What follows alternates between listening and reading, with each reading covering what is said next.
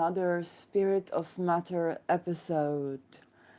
And if you're wondering who's the person in the picture, you might not know him. His name is Peter R. de Vries, and he was, is no longer with us, a Dutch journalist. So let's look at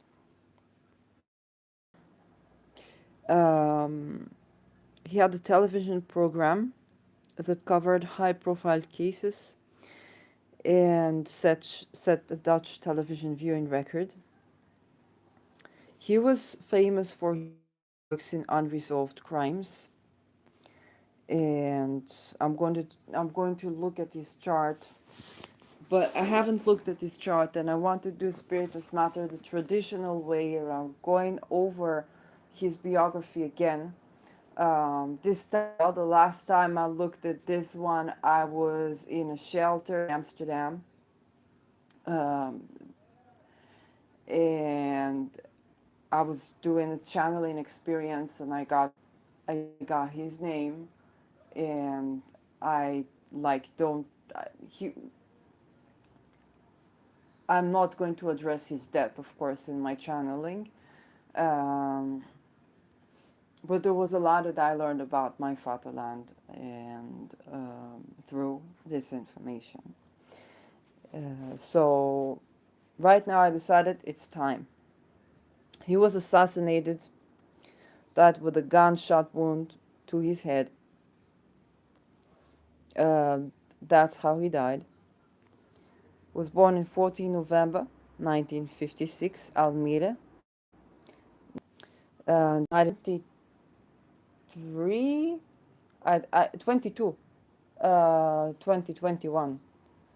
So he died just a couple of months before I arrived, and the things that I saw there, and I came, like, basically I escaped to and the things that I saw there, yeah, I can't talk about it all. So he attended primary school in Amstelveen. So Amstelveen, what you need to know about Amstelveen, Netherlands, is quite close to Amsterdam, and it's considered a city. Well, it's interesting because I'm Israeli, and Jewish people are living in Amsterdam, specifically Israelis. So that is interesting to me that he was studying in Amstelveen, but probably because of that was the adjacent school. And then he did secondary school in Amsterdam. Went to the Royal Netherlands Army. For those of you who think that European countries do not have an army, they do, and he was a sergeant. In 1978, I'm going to mark the year, De Vries became a journalist for his daily newspaper, The Telegraph, in Den Haag, and later in Amsterdam. He moved from general journalism, so he did general journalism, and then he moved to crime, covering major criminal cases in the Netherlands. So that seems to me very odd. Well, it kind of looks like the natural transformation of a person. It's like you do it, I don't know, degree in journalism, and then you say, okay, I'm gonna move, or I'm going to niche. But what this person niched himself down to is cover criminal cases. Um,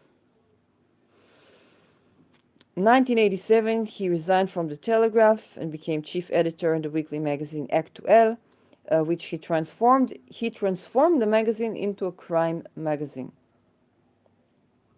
Okay, this tells me this person, like I would expect. Okay, now we know when we talk about crime investigations and unresolved crime, we know we're doing scorpionic stuff. With the gunshot to his head, so gunshot, Mars, head, Aries. Uh, like he might have Mars in Aries, um, or yeah, maybe like I don't know. Um, and of course we talk about Pluto stuff, but I would expect here a very prominent Pluto. This person, like, you go to a magazine, you work for a magazine, you can go to editorial, but this person transformed the magazine.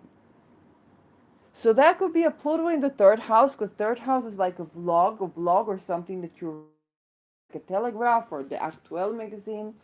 And having something in the third house is like a transformation, that you maybe like transform the magazine.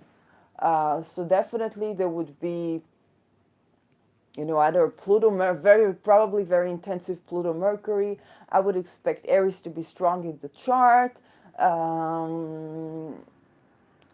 and very young energies and fitting for my cycle. Um, and let's see, what else do I get here?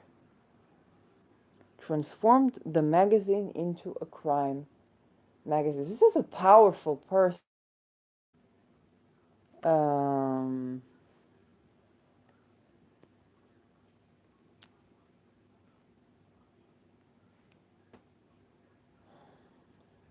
Previously worked for several publications, was an unaffiliated crime journalist from 1991,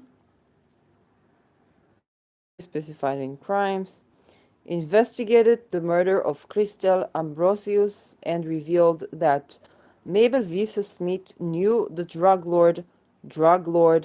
When you hear drug lord, this is the Netherlands. Okay? When you hear drug lords, please, this human trafficking. There is no such thing as drug lords in like freaking Amsterdam. You legal.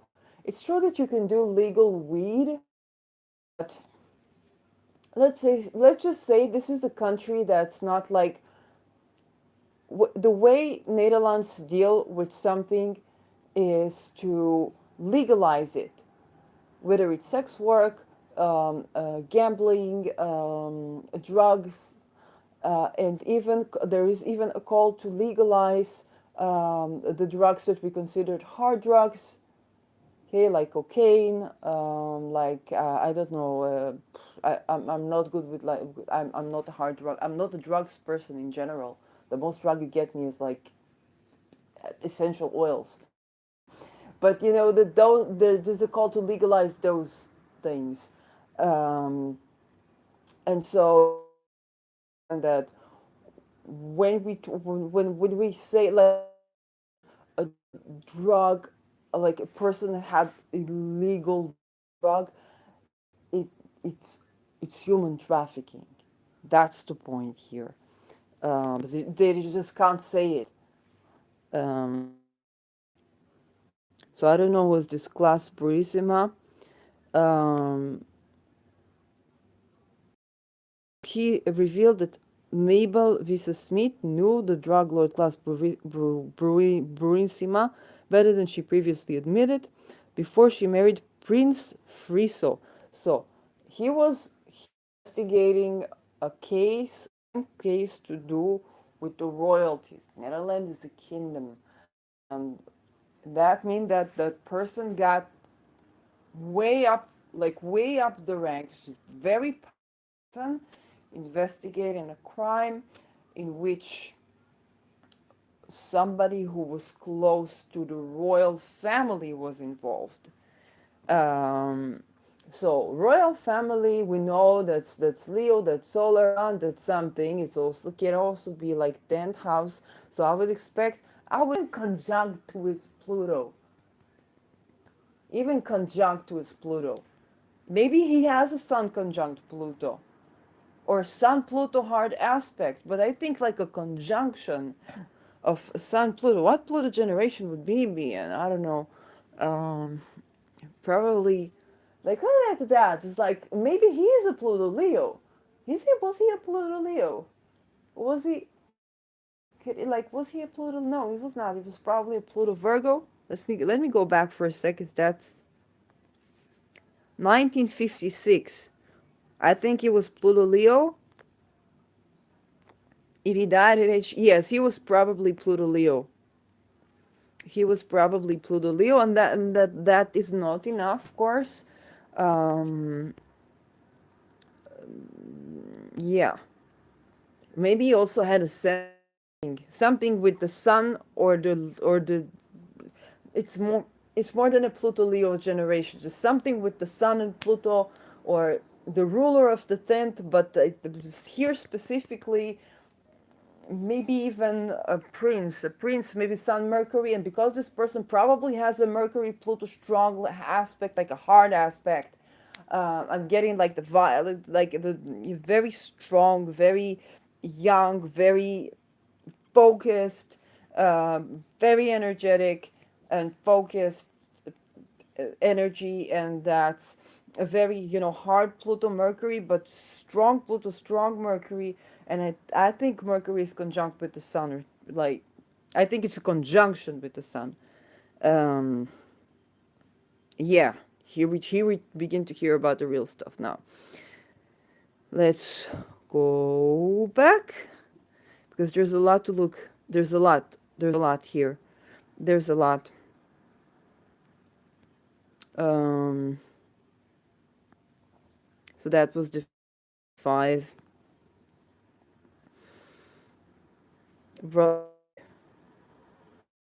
Brother to the king. Okay. And another important issue in his show was a found floppy disk contained information about AIVD research, the Dutch secret, okay, intelligence. So again, we get the person. I think he might have like or something, because this man craved information. He craved to get at the depth of something, but this is beyond the Pluto crave here. It's beyond the Pluto crave. It can be like a Pluto Rahu thingy. I don't think Pluto Keto, although it would make sense that would be a Pluto Keto. And for those of you who are like absolutely don't know astrology and somehow are still brave enough to watch this video with all my complex explanations, so first of all, thank you for being with me. And secondly, Rahu in Ketu. Ketu is are the nodes of the moon, and I, I need to learn how to explain that more simply, meaning I need to understand it better, so I can simply explain what are the nodes of the moon. But the symbolic or the denotation of these is that the south node is about where the soul has been, also where we lean into, but what we practice when we go back to our comfort zone. Think about the north node and the south node, as you're going back and forth.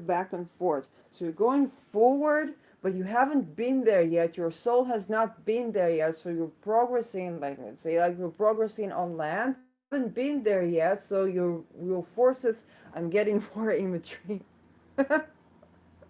I'm getting more imagery because hey, this is I'm doing a chart of someone who's been probably in fightings, and so you move forward, but then you retract, and then you move forward, and Rao wants you to move forward. Rao calls you to move forward. And think about this person. What he has with investigating and exposing crime is beyond the Pluto possession. It's a and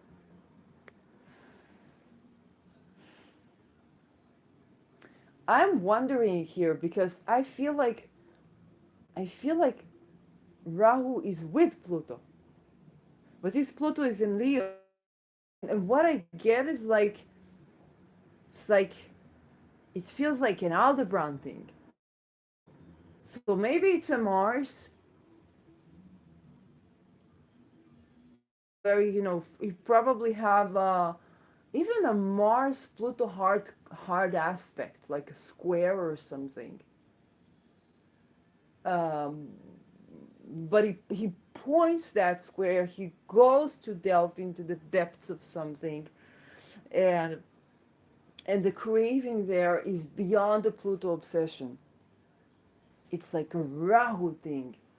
But however, it's weird because it's the telos of his soul. And this is obvious. It is the telos of his soul. But something gives him confidence here. It might be the sun. It might be. It might be that it actually maybe his keto there. No, it's his Rao.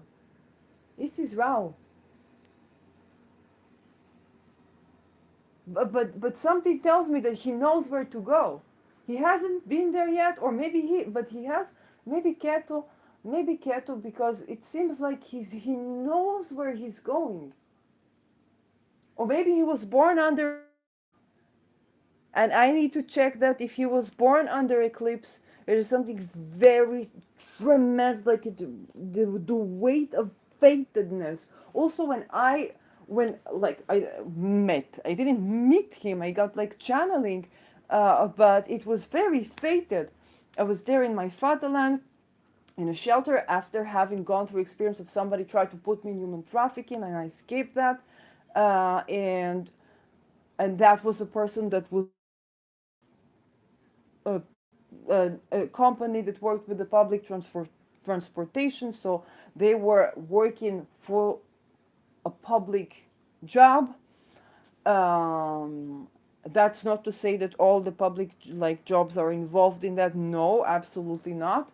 Um, this is what I can say because it's not something that I have seen like evidence, but I've definitely seen evidence of a person who I spent the shift with that was trying to put me in a human trafficking apartment. And of course, they were not the head of that, you know. But at that point, I got the freeze, and and there's just something very fated around this encounter. Like he in general is a person that the encounters. I feel like the encounters around there are just something. He stirs up something that is like a tell us of something. Um, so definitely something to do with Rahu. I believe is next to Pluto. I believe this Rahu is next to Pluto. It's beyond, like it's not even like maybe midheaven even there, but I don't know. Um, I would not be surprised if he was born under eclipse, and that would make his life very. I get it. You know what? It may Rahu in the anniversary, maybe the 29th degree. I will need to check that because the astros didn't really show me that. I think I will need to check that. I will find that, and because I think one of those is in the 29th degree, and so maybe even though he hasn't been there before, he has gets premonitions, or but the Pluto tells me that he's been there before, so he hasn't been there and he's been there before, and he gets like he knows where to go. It's very intuitive. He's like channeling his way forward, forward, forward to the next step, to the next step. He knows what he's going to do, what's going to be the next step. It's very strategic. I don't know about that Mars. It's not an Aries. It could be an Aries Mars, but it's very strategic. There's something maybe coming from Capricorn because this person, it's not just the royal things, but also the Saturn thingy. And I get like the underworld of something. And right now Pluto is at the end of Capricorn, and that's the context that I ran into the freeze. The Saturnian impact that got him up the rank of another Pluto, a Saturn Pluto there, just solidifying. He's the person who's capable of intense work, but I see also a lot of, um, even within this tremendous darkness, there's a lot of lightness and vitality, and I dare say joy, like passion.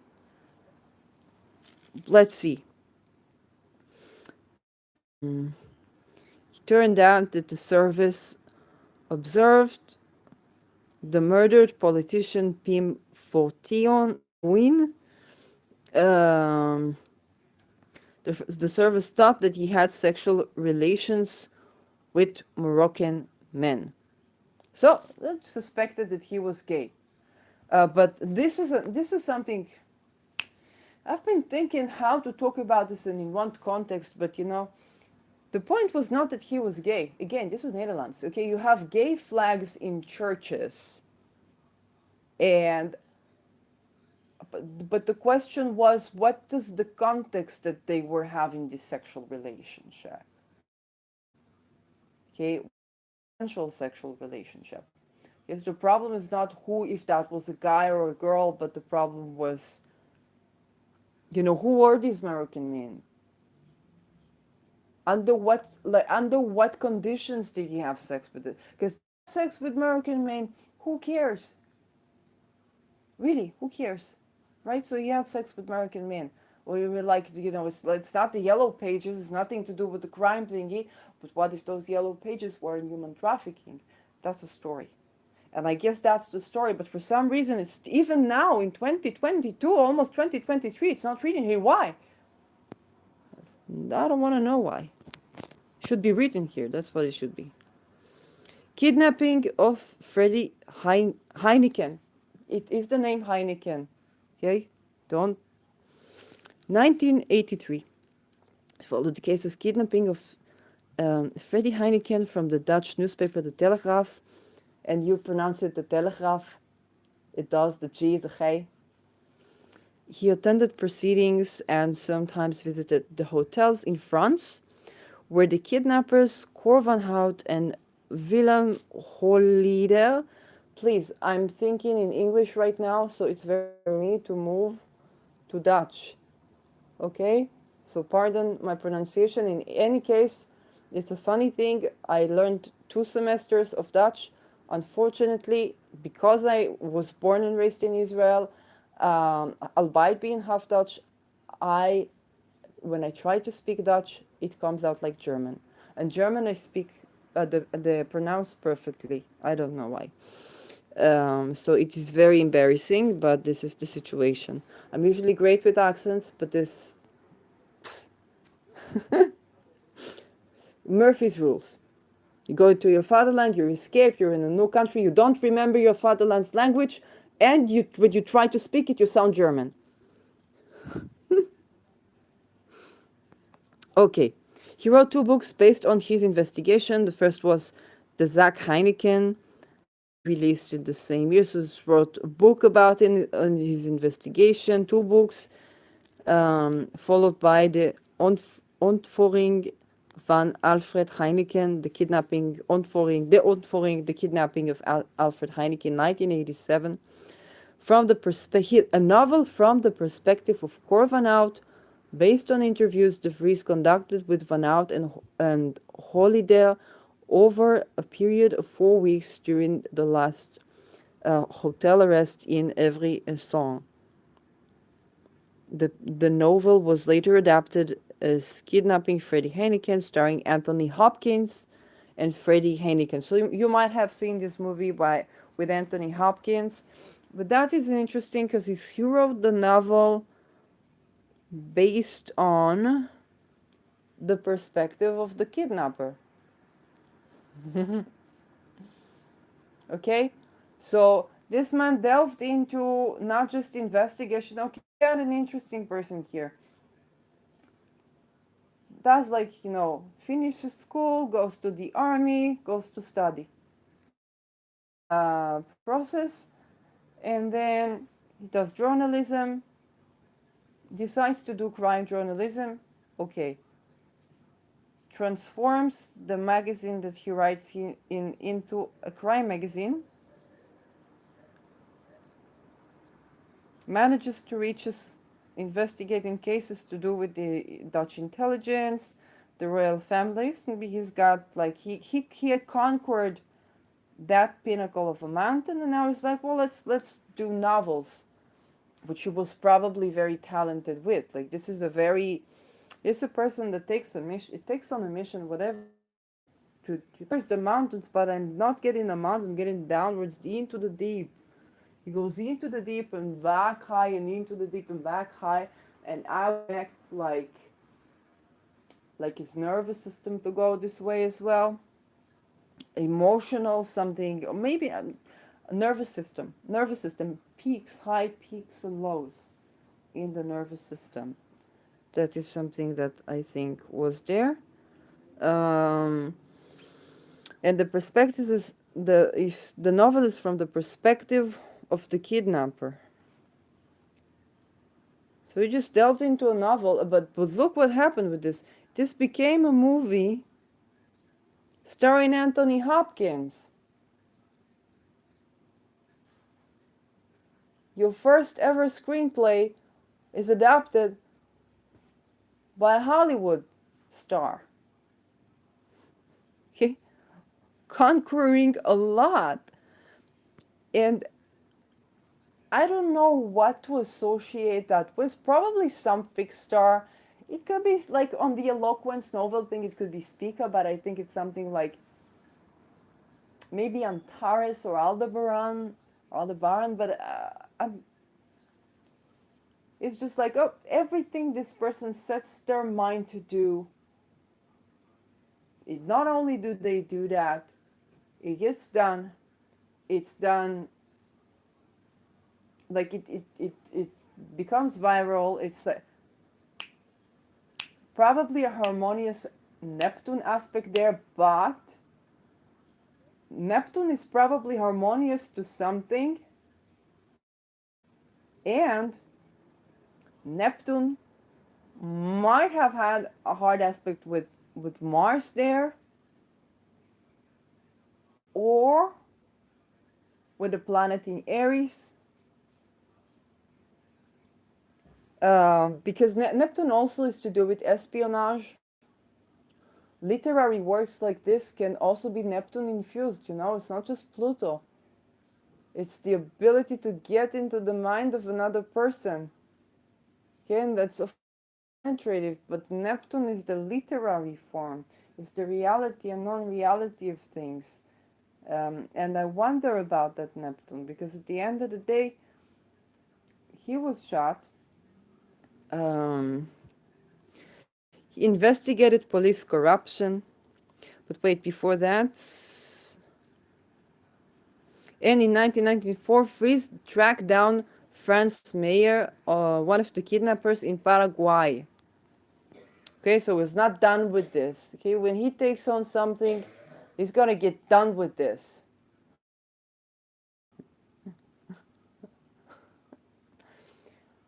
Yeah. Um, like this is if you're working with exposing crime, human trafficking, survivor of human trafficking, no, we can, like now with the Ukraine war, and you want to transform something, you want to expose something, but you want to bring it, like you want to bring it to a point where it's done, then I would call on, like if you're in like channeling or something like that, I would call on the Vries. I would consult with your ancestors, with your gods, with the divine guidance, and so on and so forth. If that's appropriate, I would call on the spirit of the Vries and ask if he can assist you with that, if he desires. Because what I got is that he was very much interested. He was very much interested. Like at the time of his death, he was learning about what's going on and got another perspective. Like he didn't believe the extent of this. This is what, and this was a person that was magnanimous. Like I don't know if the word magnanimous is correct, but he was doing things big. He was thinking big. He got to the royal cases, to the intelligence, chased the kidnapper all the way to Paraguay after he wrote a movie from the point of view of a kidnapper, so just another kidnapper of the same case. It was like this was not a man who would let something go. He was not a man who would leave any detail unturned, and even he was surprised at how big it all was, and how corporated. Yes, that was the politically correct word. He gave me another word. I will not repeat that when I was in Netherlands, but it's like how corporated that. That what it was like, what the heck? How corporated that crime was beyond the extent that he in his life. So, police corruption investigation, September 2006. Um, he was arrested in Oosterwijk and detained for several hours in Tilburg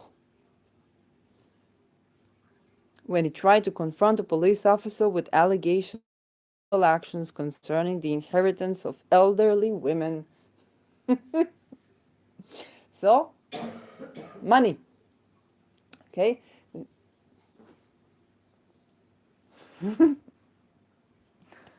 So he was charged with the account of trespassing. Trespassing. You have to remember that this is Netherlands. It's not the United States. The difference being, United States, you have the Second Amendment. It's not. It is meant for the people to protect the land from tax collectors. Okay. From that is Netherlands. In have armed, you can go armed, you can have licensed, and you can be armed to protect yourself. But Netherlands is a country where you, if you're earning well enough, you pay 50% tax. 55 oh, not 15, 55 oh. If you get a car and you can, and the public transportation does not allow you to reach anywhere. Okay, I had a job offer being at a dog, being at a dog center, which I could do. It's what I did in Israel, but and I couldn't get there by public transportation, even though you have to ride. Like even if I would ride black, I wouldn't need to if I would get the job, but I couldn't get there. But if you buy a car, it's 52% luxury tax that you pay for the car. Okay, so a car is a luxury, but you can't get where you need to go to get a job. To get a job that is a fine job that treats you well, that's something that you can do. Yeah, not human trafficking. Yeah. So why am I saying this? Is because Netherlands is not exactly the country that would accuse you of trespassing.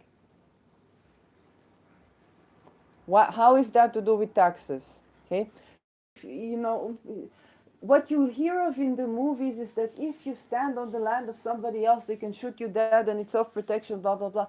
Yes, but that the fear was not that a couple of thieves will stand on the land. That's not even a question. That's like about this. The guns are there, and trespassing is also comes to you, and this is your land, and you're nourishing the land. Okay, this is capitalism. If you're nourished, it's not corporation. Capitalism is not corporation. I'm not saying capitalism solves the problems of the world, but you also have to understand what it is. It means that if you nourish the land, you do homesteading. Okay, this is your land. You bought your land. Okay, you didn't pay your property taxes, but you do homesteading. You grow food. You give food to yourself. You give food to your neighbors. You feed the people who are hungry. Okay, and you don't hire slaves, right? Then the Second Amendment means that you're not allowed.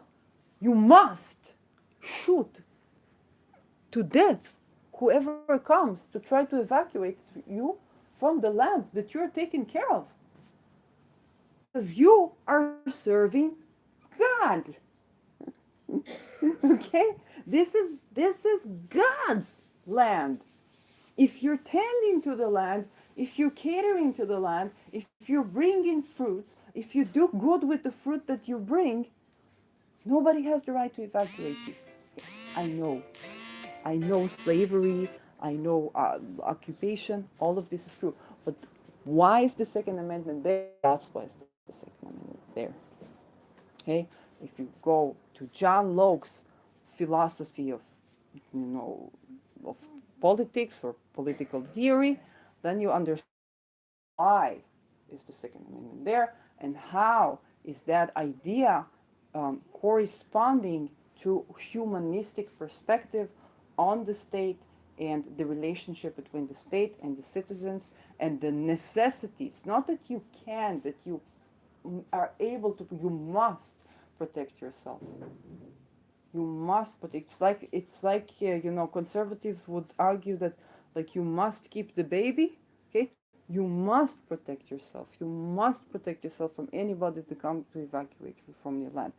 I know, Indian, like it all is true. But I'm talking about the guidance. The 180 is the Nordic countries and the countries in Northern Europe. For example, if you go to if in 2013, you, I don't know, maybe even till today, you went to the Swedish government site, the site of Sweden, of the government of Switzerland, Sweden, Switzerland, Netherlands, Sweden, the page would open up with in tax refund. And that is so important to understand that when you pay that much taxes, the it means by necessity that if somebody steps on your land to collect the taxes, about them evacuating you, you're worried about them giving you public housing because you expect public housing. In fact, you're so much expected to live in a public house, you're not even expected to own one. Okay? It's the other 180.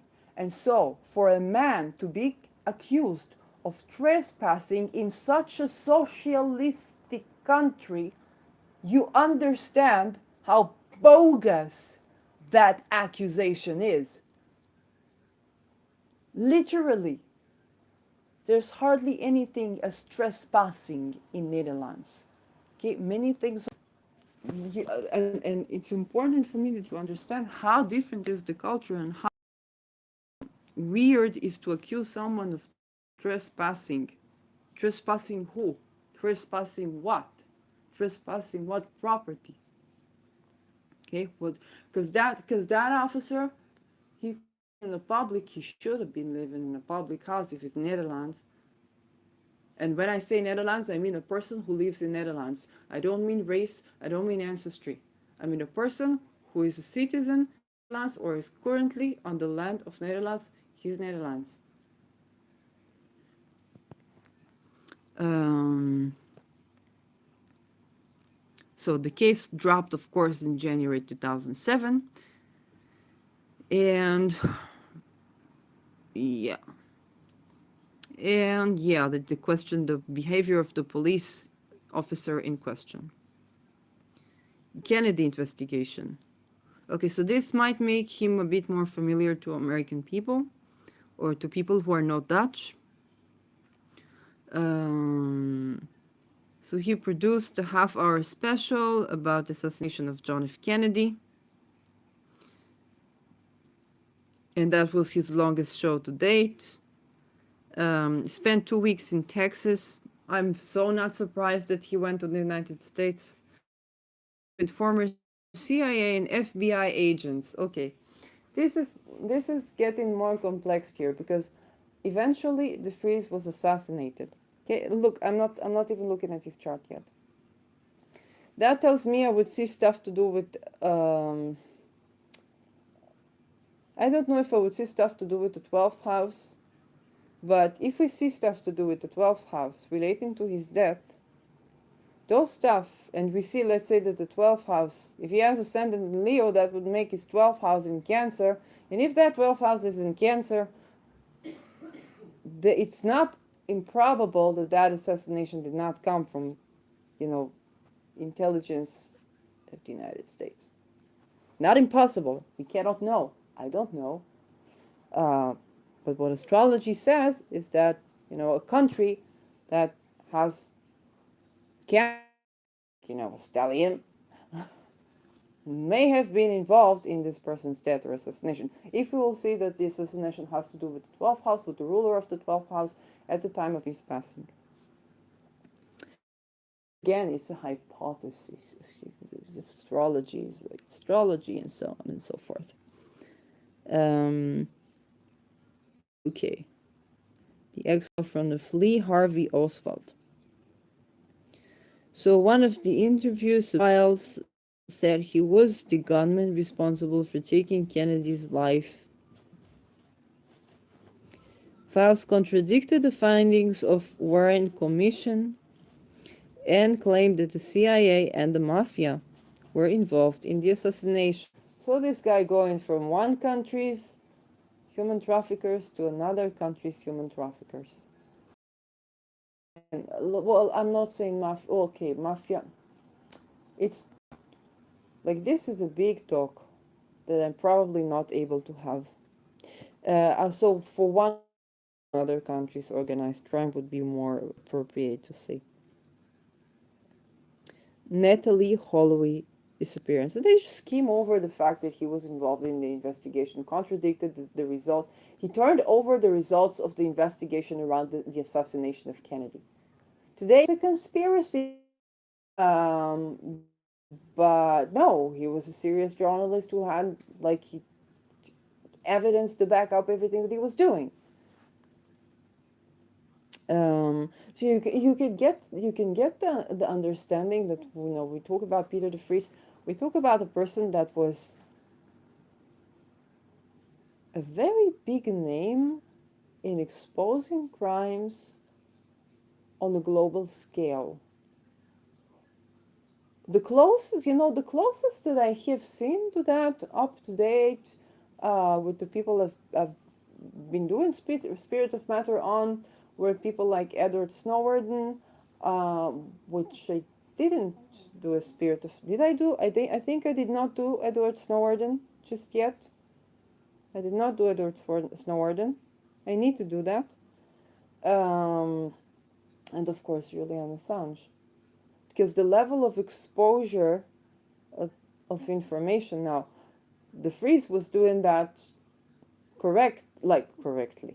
He had the access that a lot of people didn't have. He was assassinated. Okay, and he was a journalist. He was not considered a spy up until now. Like we'll read on, but he had power in journalism that today nobody has anymore. Nobody has anymore. Okay, the media, access to media and to broadcast whatever that you wanna, is not like it's not happening anymore. In November 2006, a program by the Vries was broadcast in which he accused Johan van der Sloot, one of I think this one would be very much connected with his death. One of the prime suspects in the disappearance of Natalie Holloway in Aruba. Aruba? Country of Aruba? Within the Netherlands, okay. Pardon me? Okay. Moving back to 2008. 2008 is when Pluto enters Capricorn. So this guy's been doing Pluto Capricorn way before they invented Pluto Capricorn. Van der Sloot threw a glass. Oh my gosh. I told you, listen. I said this Van der Sloot, I think, is going to be related to his death. And we can see here, 2008, this is when Pluto moved to Capricorn. And he died in July 2021 when Pluto was at the end of Capricorn. For the Pluto return, Pluto was not doing his first touch on the return point of the Sibley chart, but there is a sort of closing to do here with Pluto. Okay, it's a Pluto transit that this person was doing. I don't know. I don't remember if it was having it was undergoing. But it feels to me like what began here in 2008, something that happened here in 2008 that culminated in 2021 and led to his death. I'm not sure. So Van der Sloot threw a glass of red wine into the Vries' face after a live broadcast of the Dutch talk show Pauw and Witteman, and in which the Vries and Van der Sloot wished his parents had been guests. The wine got to his eyes, and it seemed to have caused him considerable amount of pain. The tense but peaceful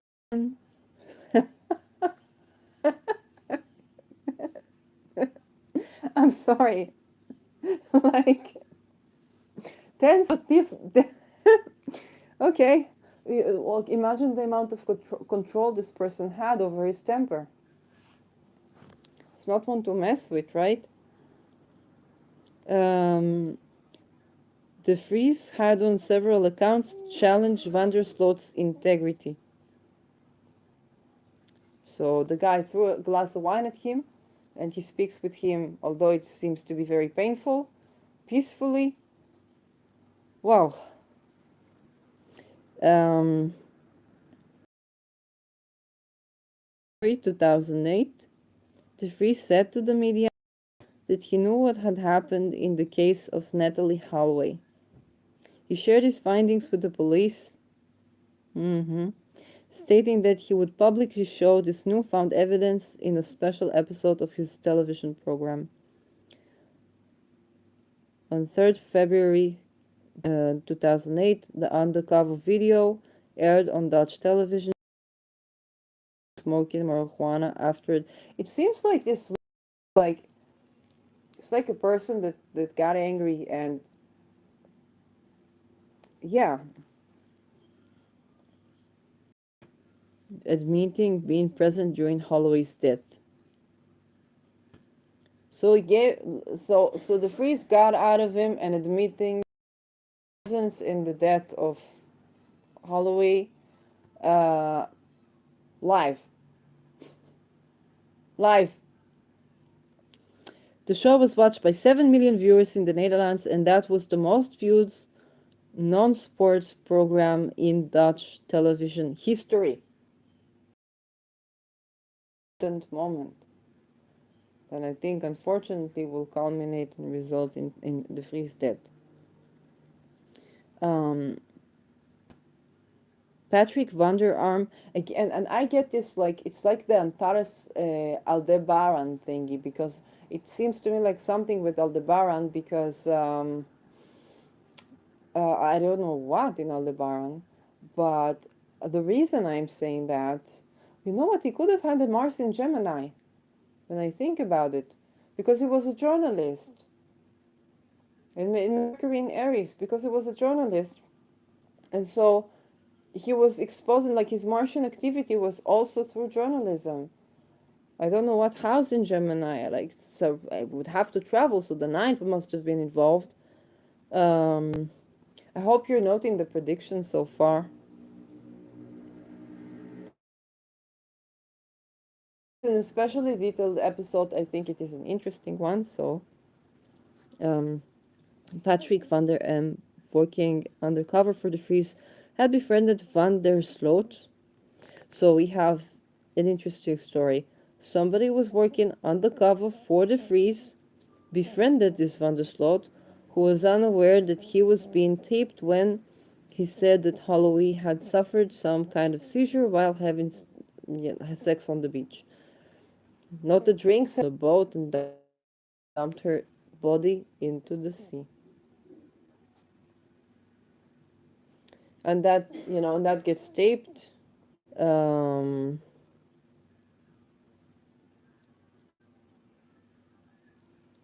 So, although the taped confession appeared damning, Van der Sloot argued that he was lying to impress Van der M, who he believed was a drug dealer.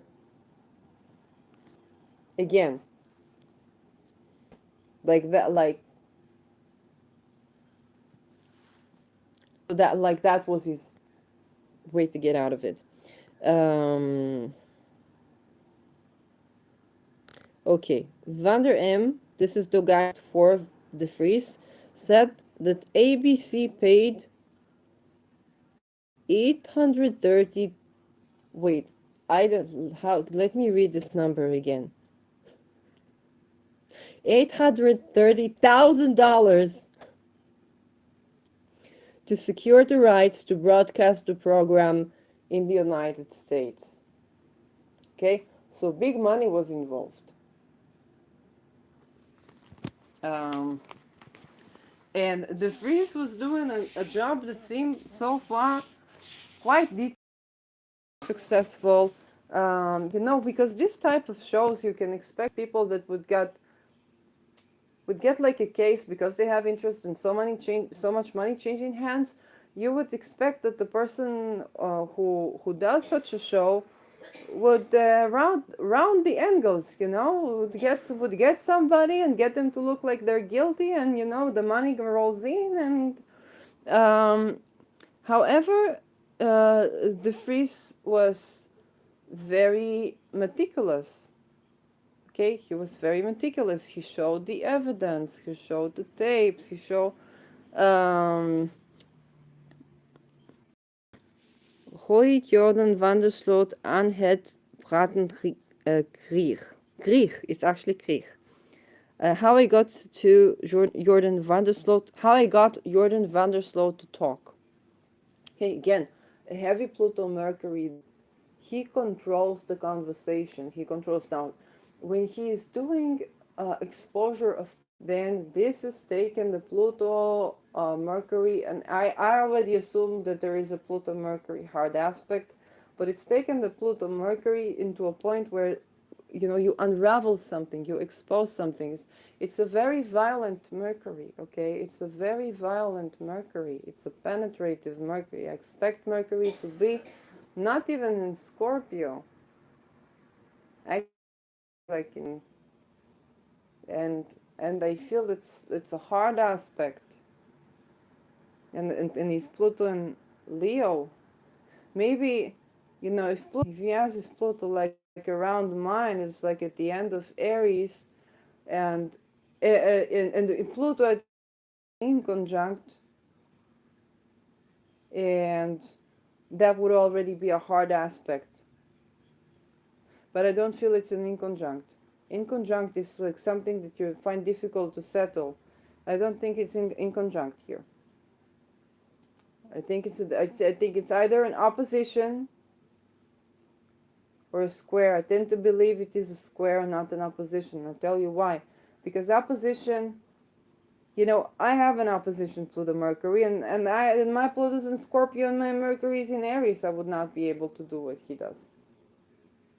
Like this, the no stone unturned, this, like, another suggestion is indeed that the Mercury is in Scorpio, which would not be surprising. The Mercury in Scorpio, and let's say the Mars is in Mercury, that the Scorpio is squaring Pluto, which makes sense. And what the Mars sextile in Pluto, it can be, but I think it's a hard aspect between Mars and Pluto. I don't know. Let's go on.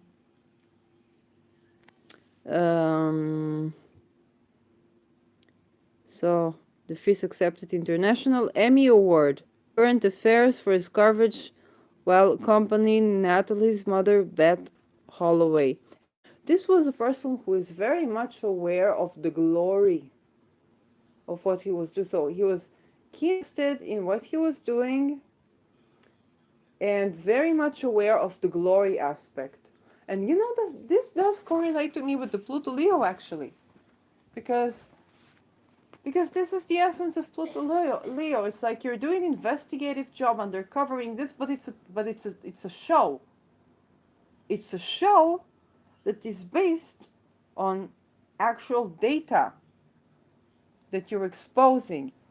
And you know what? That kind of thing here is not like what's done today in crime shows.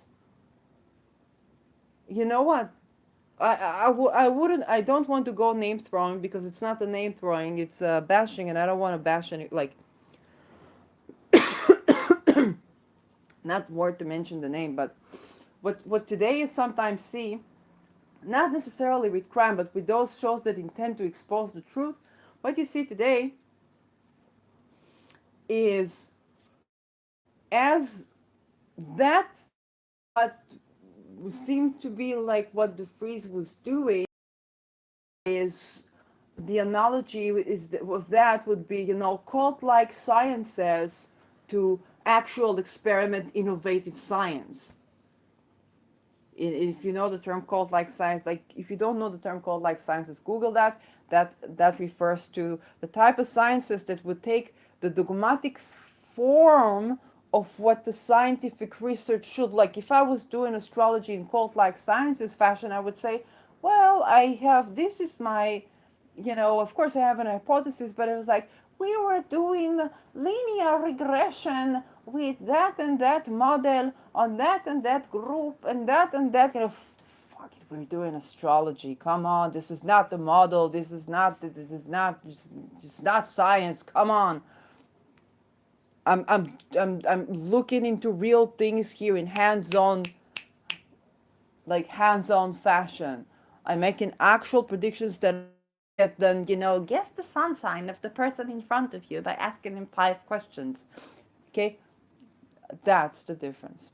And what we see today is the glory aspect becomes so redundant, that you don't really get an actual show that's not um, okay, hopefully. Um, but I guess something about the Pluto Leo generation could have delivered that. They could have delivered being a performer, but a performer that goes deep, that is getting leaves no stone unturned, on every level, that has this literary skill and performative skill, and like the thing that it's not that it's not there, okay? It's just that the today, we have Leo and we have shows, but anybody who would attempt to have a show around being a crime investigator today, we don't have the spirit of the times for that. We might have it from a Neptune point of view, but I've said more than should be said about it. So, Joran van der Sloot, sex trafficking. November 2008, again, Pluto entering Capricorn. All these things happening is the beginning. And if you are also like me, if you also did filmmaking, studied filmmaking, I know the things that you're thinking about guns. Okay, it is all true. I'm just not mentioning it on purpose. The Vries aired undercover footage of Van der Sloot making preparations for the apparent sex trafficking in Bangkok. The Vries claimed that Van der Sloot 1300 for every woman sold into prostitution in Netherlands.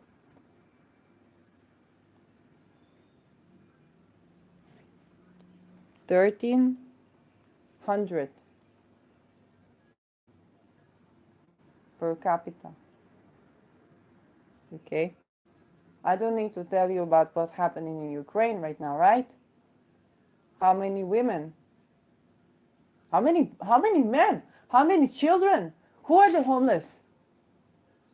It's the children. The women, the men, they try to go to work. Yes, they can be trafficked. Of course, they're in danger. It's the children. And funnily enough, Lilith is opposition in Pluto, and Lilith is in my 5th house of children. Van der Sloot used the alias of Murphy Jenkins to avoid Thai authorities. Murphy Jenkins worked in in avoiding Thai authorities. Like Murphy Jenkins is not a Dutch name. If you've been wondering if it's also a Dutch, no, that's totally American. Peruvian Minister of Justice Aurelio Pastor said that Thailand is pursuing criminal charges against van der Sloot.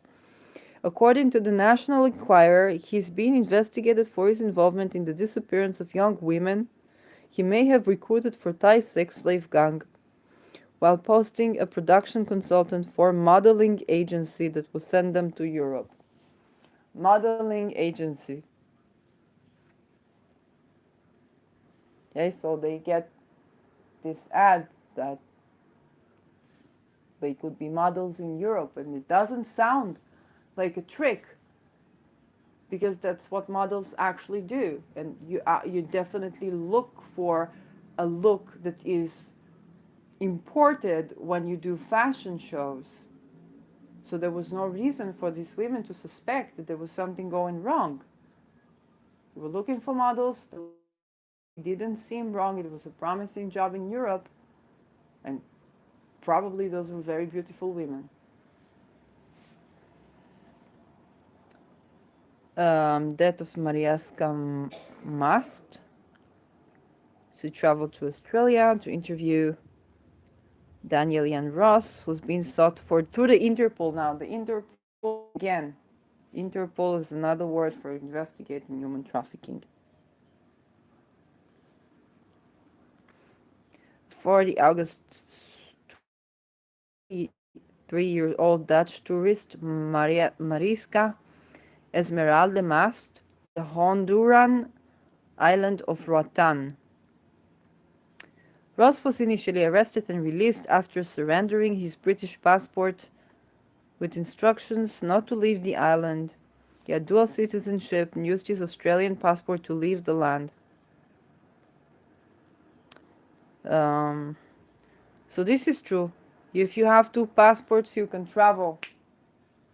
With one passport, and get into the country. Usually, it's not allowed. Okay, for example, when I to Netherlands, I was running from an unhealthy connection, and there was no solution. If you run violence in Israel, there is no solution for you. Don't fool yourself to think that there is. There is no. You need to make it in yourself. And I was trying to go to see what my fatherland can be. And at the time, it took time for my passport to arrive, so I came with the emergency Israeli one, and I immediately entered the immigration, and I told them, listen, I know I cannot enter without a Dutch passport. Please help me. And they would take my fingerprints, but nobody took my fingerprints in the entire time I was in the Netherlands, and I have a biometric passport. Okay, so this is important. If you have dual citizenship, let's say, if I enter to Israel, I need to enter with Israeli passport. If I leave Israel, I need to leave with Israeli passport. If I enter Netherlands, I need to enter with Netherlands passport. Okay, this is why we're going directly to the immigration. Directly to the immigration, say them, I know I need to enter with Netherlands passport. So at the immigration there, they were really nice. At the airports, I got best treated. But unfortunately, yes, um, and and that is the situation. So when I left Netherlands, I had to leave with a Netherlands passport. Okay, and that created a bit of a problem because then I had to enter with the Netherlands passport. But of course they knew me in Israel, and there was not a problem. Like they just arranged it in their papers. So I was not fooling anybody. I was not manipulating anybody.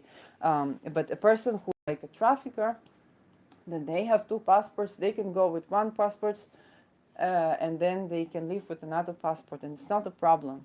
Okay, this is why passports, when you are in between houses, passports are traveling, passports get stolen like this. And this is why I was so angry that they didn't ask for my fingerprint, because the only way to identify that this is my passport would be to take my fingerprint, and everything was done, but nobody asked for my fingerprint. And I gave my fingerprint. Where is my fingerprint? What is it doing? What's happening with the biometric passports?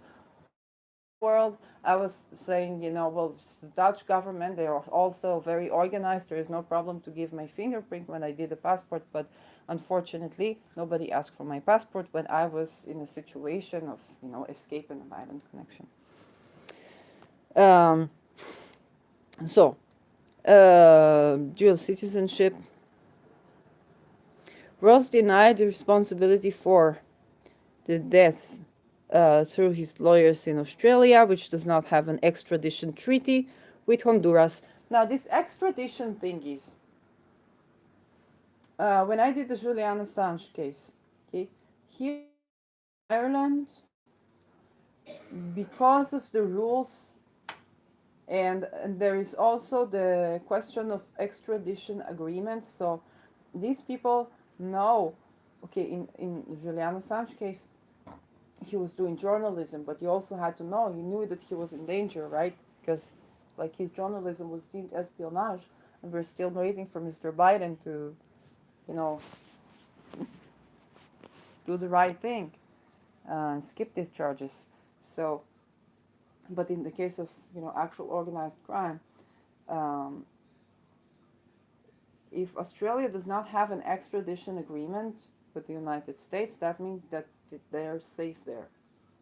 But again, as we saw in the case of Assange, if you're Assange, you're not safe there. If you're a human trafficker, you might be safe there unless there is a Peter de Vries looking for you, okay, with a camera and 9 million viewers and a couple of $1 million changing hands because it's tax show, because it's show, okay?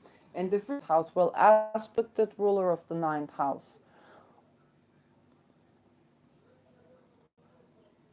Also the 12th, like there will be a lot of good stuff with the 12th too.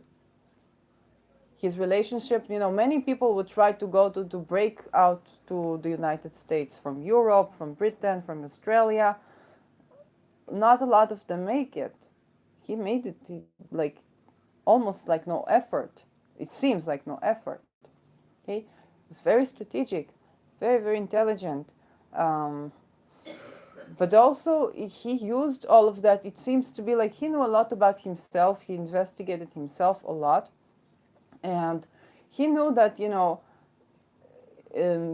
he could take whatever inner stuff that he had and write a novel from the perspective of the kidnapper and make a movie about that.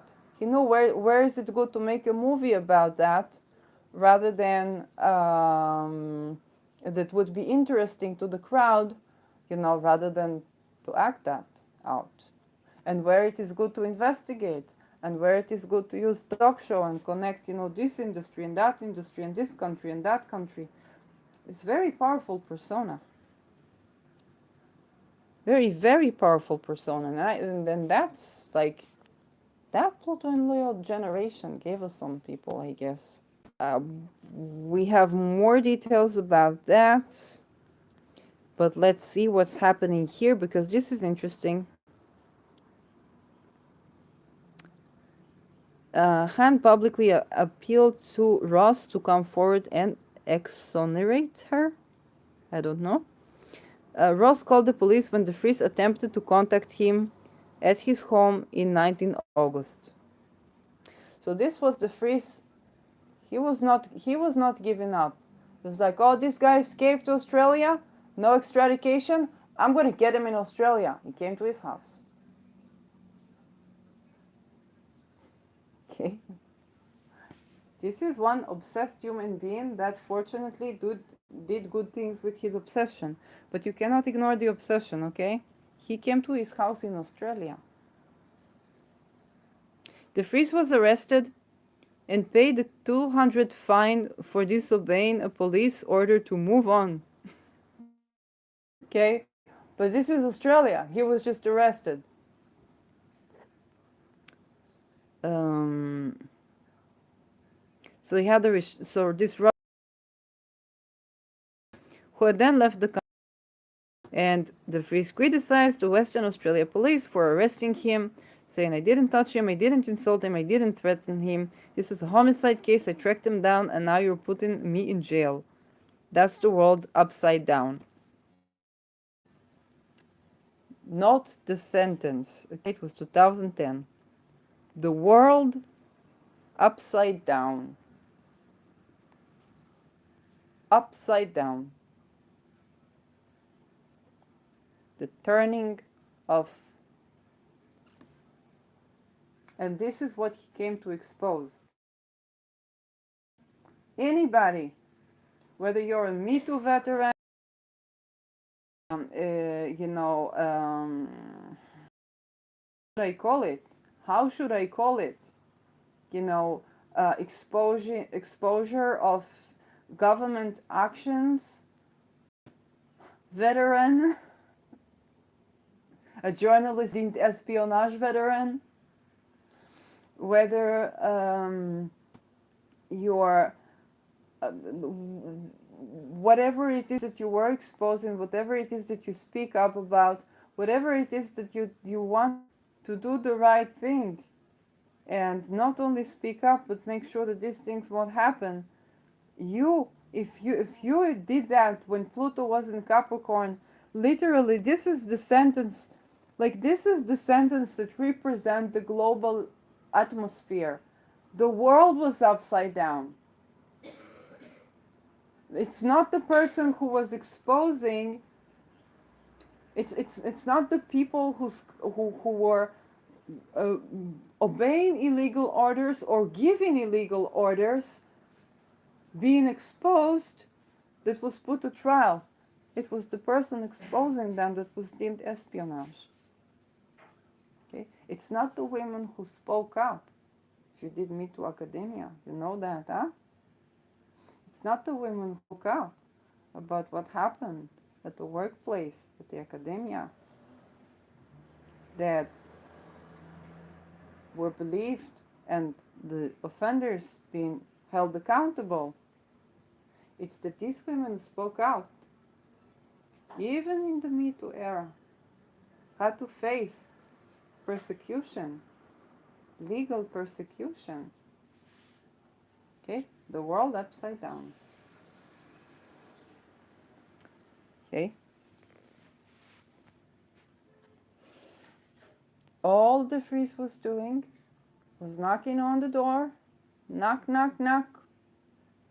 Hello, I want to talk with you, with the cameras on, for a damn good reason, and with damn good evidence. And the world was upside down.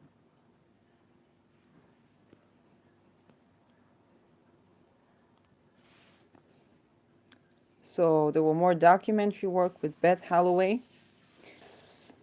And again, here and back to Vandersloot.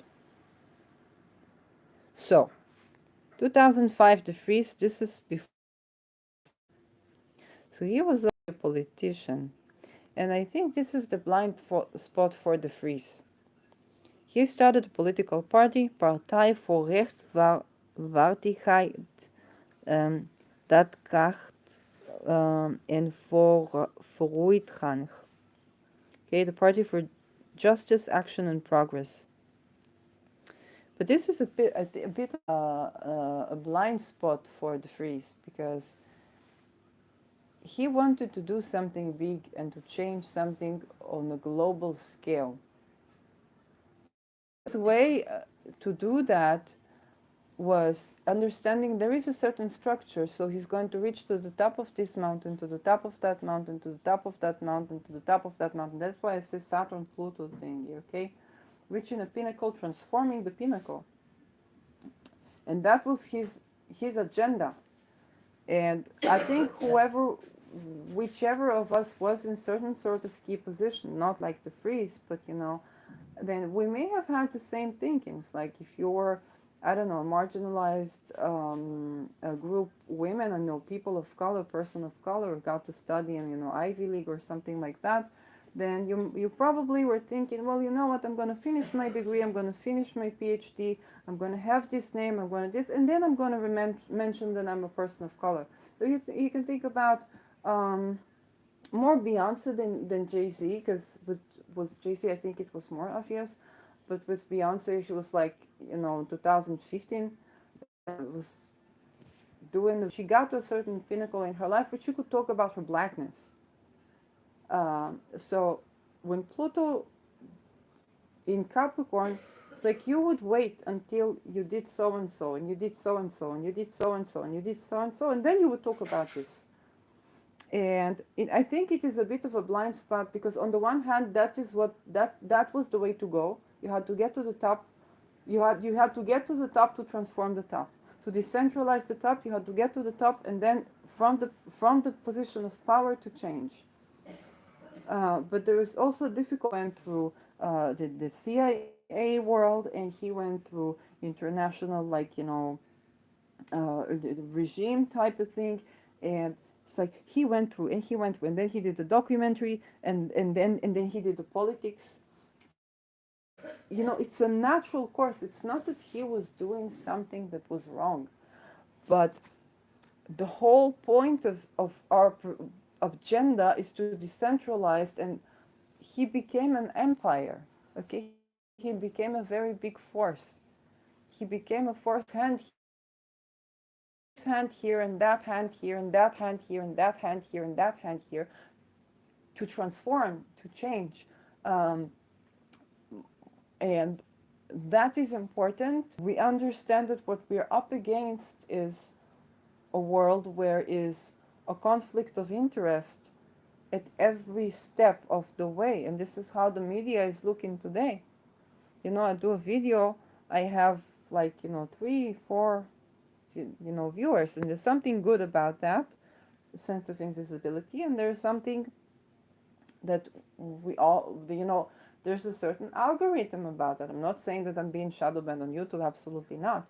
But also there's a reason I'm not being. Like, if I would do the videos with all the promotional words and all the filters and all the enlightening things, would I be able to say, a fraction of what I am saying here, even here, just right here in this video? I don't know, you know? And that's the kind of story of the Pluto Capricorn, of the Pluto Capricorn era. Okay, it's not Pluto Capricorn generation, it's not Pluto Capricorn natives. It's just the story of how Pluto progressed through Capricorn. It's 2008, something happened. And you say, you know what, I'm going to get to this step, and then I'm going to get to this step, and then I'm going to get to this step, and then I'm going to get to this step, then I'm going to talk, and then it's going to have an impact. Um, so, yeah, that's interesting. I also look at it with introspection, because in my scale and in my place, we can all identify with that on the Capricorn house that we have in our natal charts. Um, he presented his plans that mainly focused on changing the existing political culture in Netherlands. He stated an opinion poll in the 16th December would decide whether he would actually continue his party or not, with a 41% cutoff point, since only 31.4. And this is okay, he was testing the ground. I think that's fair. I think, in his position, I would probably have done something similar, with the objective of something similar. I have to admit that when I was in the Netherlands, like, my soul was crying to do something like that. It's not that I had, the accessibility or the capacity or, like, his energy, but my soul was like, Netherlands is crying for that. And every country is crying for that, and this is so true. But this is the passage of Pluto into the age of air. This is the passage of Pluto into Aquarius. Okay, it's just going to naturally evolve. We're just being a part of the process, and I think in the Pluto Capricorn, we're trying to maneuver, we're trying to control this, but we're trying to create this process. We're trying to do a handmade thing, where the solution is in the age of air. The solution is just, it's going to be when Pluto is going to go to the decentralized. It's a kind of a natural evolution that many of us have been a part of all of us have been a part of in each way that we bring the outer planets in our individual charts. So lawyers and investigation office, together with criminal lawyer Khalid Qassem, in his son Royce de Vries, Established a lawyer's office in Diemen, Amsterdam Southeast area. The Vries and Kassem, lawyers investigations. Not a lawyer himself, he became the company director and worked for clients. Okay, this is a big, like I would expect a big tent house. If I haven't said that until now, okay, big tent house. He became company director and worked for clients in regards to their media matters or providing a second opinion. And I think it's going to be like a Scorpio tent house. That would mean he would have Sagittarius in the ninth house, Sagittarius in the 11th house, and that would put Capricorn in the 12th house for him. That makes sense. That makes sense because what I said the Pluto in Capricorn, it was like a blind spot for him. And this is like, when I was channeling and the was like, this is what he told me. It's like he didn't see it. It was a blind spot for him. He didn't see but it was so strange because it was like right underneath his eye. He saw so many organized crimes, so many things going. It's like, yes, the world is upside down, but yes, it was all that corporate. It's so scary that it was. We are afraid. Now I think if he had Capricorn in the 12th house, which can be the case, that would put that would make him ascendant. Yeah, Aquarius, and I have Aquarius in my 12th house, if depending on what program you computate my chart, but that would mean that we think about Aquarius as that decentralized notion, but the dark side is like that everybody can spy on us, everybody can this, and we think that we're going to discover that in Aquarius, but like this is happening, this has been happening. We might be discovering that in the age of Aquarius, but it's like this is happening, and it's so corporal, and that dual relationship between the Capricorn and the Aquarius, where the Capricorn is this corpus, is this corpus, the body, right? Because it's an institutional body, and then the body and the organic, and the decentralized view of a decentralized structure. The structure is like this is that. We're afraid of the governments trying to control us, and so on and so forth. But it feels like this is what is actually happening right now, and I guess that's what he was trying to say. Because he saw whatever he did, he saw fractions of it.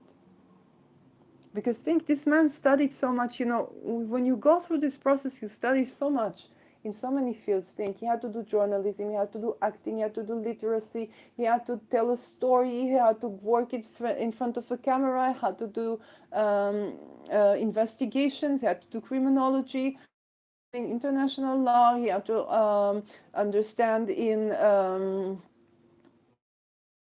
so many fields. Self-protection, of course, but probably psychology, inner psychology, not to act out because you go crazy. You have to get into the mind of the nemesis, but you become it. And then he took the arches out in a novel, and it's like you have to do so many things. You have to be a Renaissance man, but nobody knows. It's like the things that you do in secret to sustain that performance and to sustain what is it that you're trying to achieve in the world. And and even through that big frame, you really need to take a step back and kind of look at how everything connects. And that's scary because he was not aware of how dystopian a lot of our regimes on a global scale already are, and how corporated it is. And I don't like how corporal, how structural it already is. And this is again, it's not, oh, I'm dreaming, I'm doing a crystal ball and I'm having a conspiracy theory. It's like, no, this like you show that. He showed that, and even he didn't see what he showed to that extent. He didn't see the exact extent of what he showed in his life. Um, okay, there is one more thing to go here. He supported the Crown witness in the Marengo trial in 2021. So Marengo trial is a trial leading of members of Morocco Mafia, a Dutch Moroccan criminal organization. Again, it's a Dutch Moroccan criminal organization, but it's called Morocco Mafia. Okay, just just just a point to notice that, you know.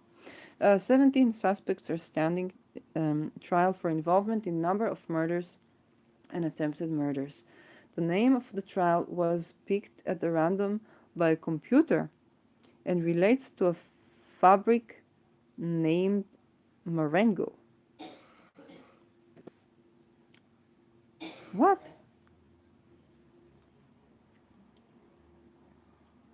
The name of the trial was picked by a computer. Name Marengo. So this was already involving AI. So, picked by a computer, it means that this is AI. Okay? It's AI 2021.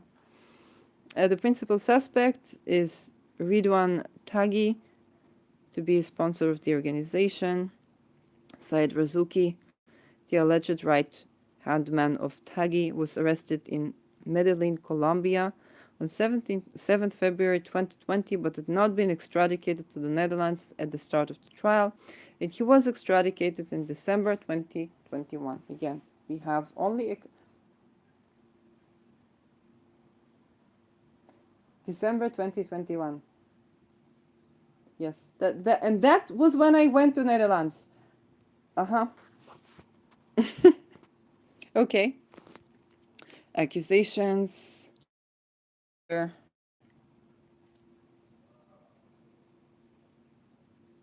Okay, like pretty tough. Murder of Martin Cook. Um, so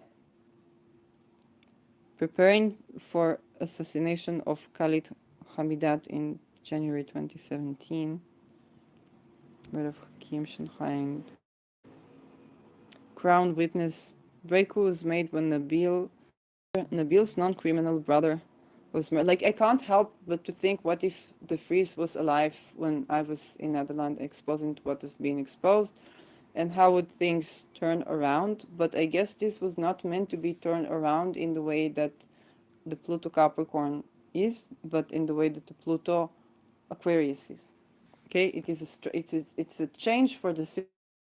You and I talk, and I say, okay, this happened to me, this I saw, this that, and I was also like, it was not meant to be in that way. It was not meant to be, we are not the stars of this show. It's not about us, it's about the children, and it's about the system that needs to change so that these things, or that reality is no longer. It's economy, it's political culture, absolutely. It's a political culture, it's culture in general.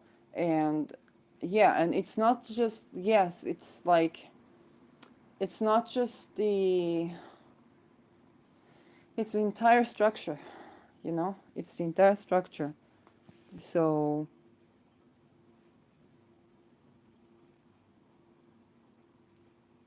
later changing his decision, his attorney Derek Wilson was killed on September 2000.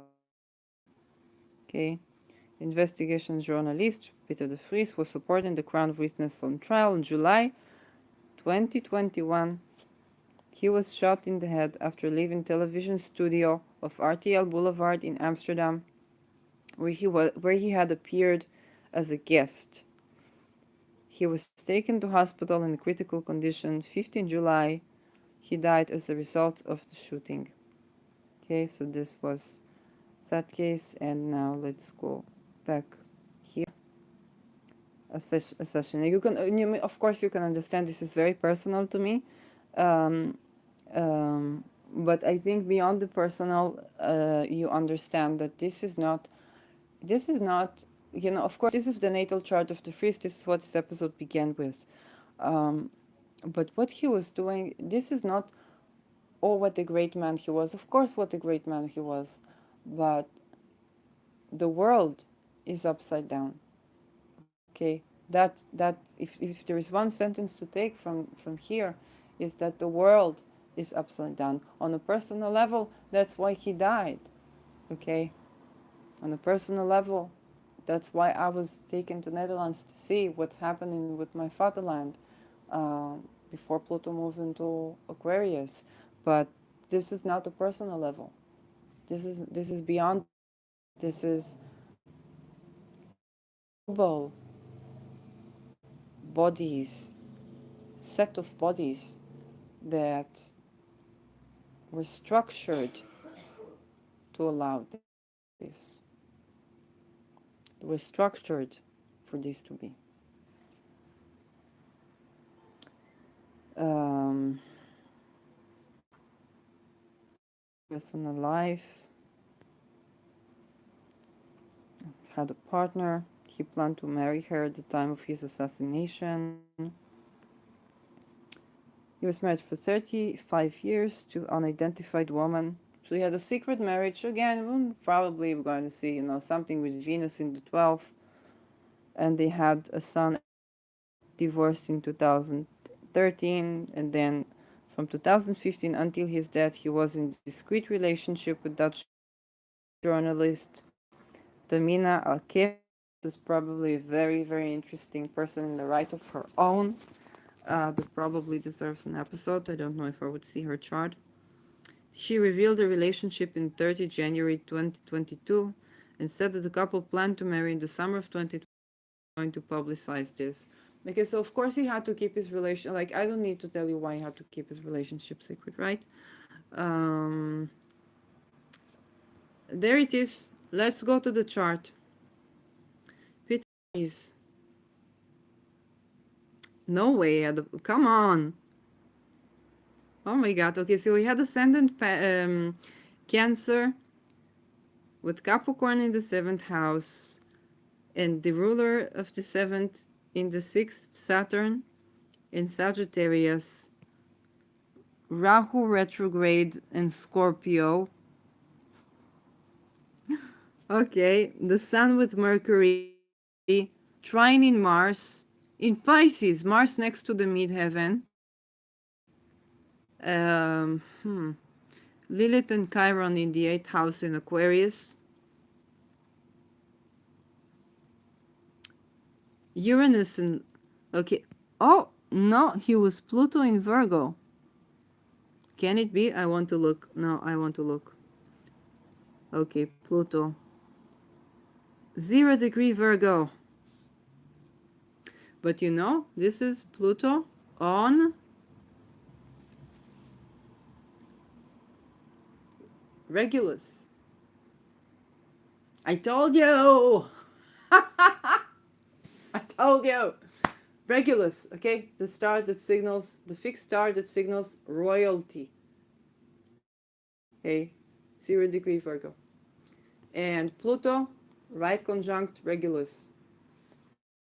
Is Pluto a sextile in Neptune and he was hard aspecting Saturn, okay? Giving this person a very intensive, very focused. I'm so... Look, we're 1 hour 37 into, and only now I check the chart and I'm like... I need a drink. A drink. I drink water. It's water. But where's my water? Oh, my water is not here. Oh, damn. No, I drank my water. Okay, let's try to push for a bit more. A moon in Aries. Trying that Uranus opposition Lilith and Chiron in the 8th house. There's a trine here between Saturn, the fire trine, Moon in Aries in the 10th house, Mercury's with the Sun in Scorpio. Okay, it is in Scorpio. It's trine in Mars. Mars in Pisces. Well, Mars in Pisces Pisces is about merging. So the strategy for Mars in Pisces is to merge. That is where, like, oh my gosh, this causes me to reassess how powerful Mars in Pisces actually is. It merges. Its strategy is to merge.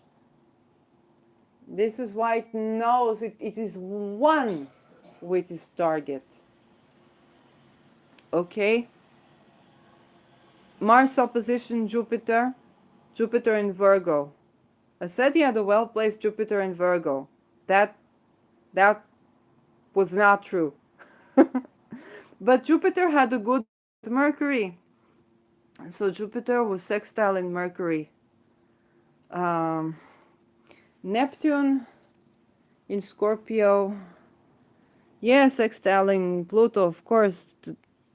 Hard aspect in Lilith. Lilith Chiron, Lilith Chiron, Lilith Chiron, okay? Opposition in Uranus, Uranus in the second house.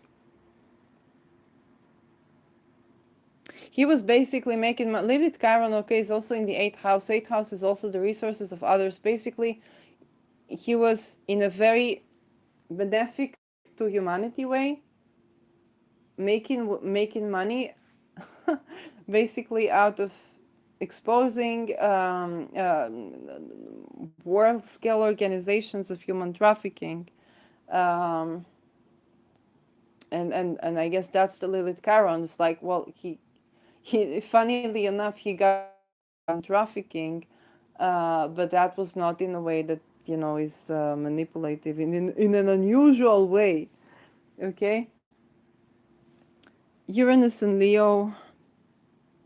I did not expect this chart, and I'm way too exhausted. But I'm so curious that I'm still push forward. Gemini is the 12th. Whole sign Gemini is the 12th. Ketu and Taurus in the 11th. Venus opposite Moon in the 4th house. I don't see, like, well, you know, the ruler of the 12th is in the 5th, conjuncting the Sun. Ruler of the 7th is Saturn in the 6th. I can't, like, delineate those hidden relationships right now. But look, the 5th house is Scorpio, okay? Those things was like, he transformed the world for fun. Well, not just for fun, of course. In this beautiful trine between Mars next to the midheaven in Pisces, um, like I said, this person must have had a good worldview. Okay, Mars is merging with that which is, you know, Piscean. I can't say Mercury is well aspected in Scorpio, but and I can't say Jupiter is well placed in Virgo. But it was an interesting trine.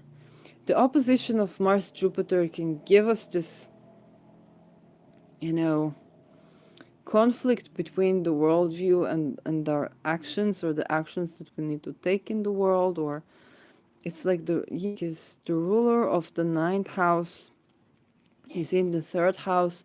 But you know what I like to see about the ruler of the ninth house in the third house, I'm still alive, it's okay, is that this person applies his worldview, religion, philosophy, they practice. Okay? And in this case, it was a philosophy that was benefiting people. Um, and Moon and Sun. Scorpio, of course, is, you know, it's not deep for the Sun, but it actually makes Scorpio because it sets a luminary. Of course, that was what he was doing. I'm surprised that well, I'm not surprised, but yes, he's Pluto Virgo. To the beginning of Pluto Virgo, is no stone unturned, no stone unturned. And he was in his third house, very strong, day to day, to the grind, no stone unturned. He's gonna get to the bottom of this. Um, it was very beneficial for what he did. With the sun underneath the horizon, it's a nocturnal chart. Saturn is going to be the more difficult chart. I know. I do like this should have a part two because I'm like nearly dropping. Oh, it was so intense. Um, so the Pluto Regulus is definitely something that I would like. Almost there. Um, no Pluto. Well, there is an applying square. It's like it's not a square. It's within a square of the Pluto Sun and Mercury. So I was almost right. I knew that was a hard aspect. I knew it was not in opposition with the Pluto Mercury. No hard aspect Pluto Mars. And Saturn trining the moon. Okay, this is a good thing. It's funny, it's a nocturnal chart, but the moon is above the horizon. Oh my god, the world is upside down. The world is upside down. You know, moon in the 10th house. Moon is literally, well, Mars is the highest in his chart, but it's like, moon is the planet of the night. And it's appearing in the 10th house. At the end of the day, not only it is under the horizon, but it is in Scorpio. Think about seeing the world is upside down. It's like the moon is in the it's like the moon is in the day and the sun is in the night. And that was his experience. The world was upside down. I didn't think about it like that's, even the simple placements that we have here show us things. I want to look at the asteroids current transits, of course. That would tell me why was I drawn to talk about him now.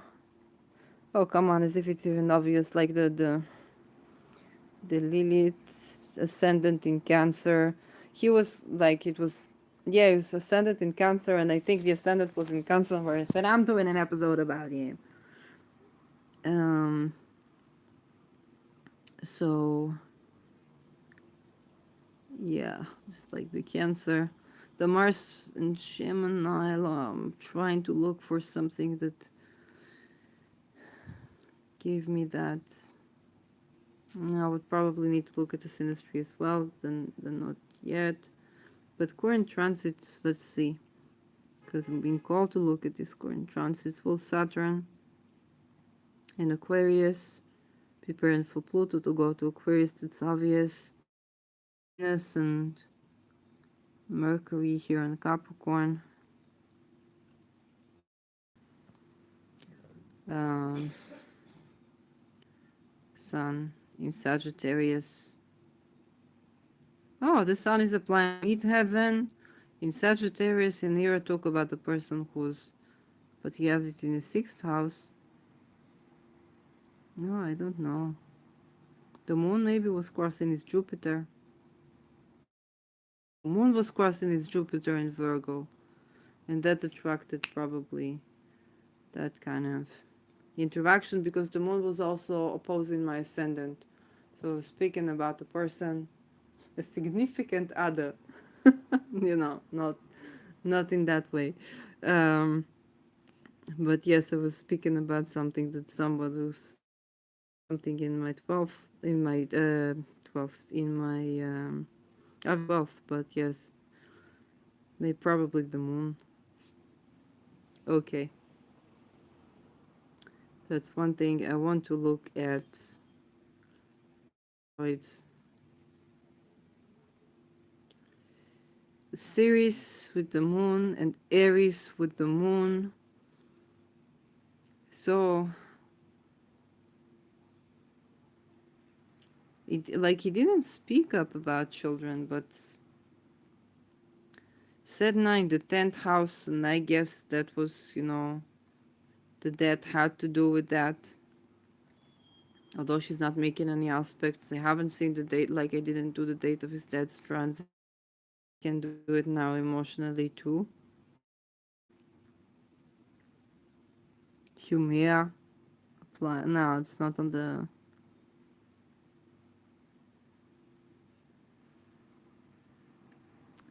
Uh, Vesta in the city. Thing his work.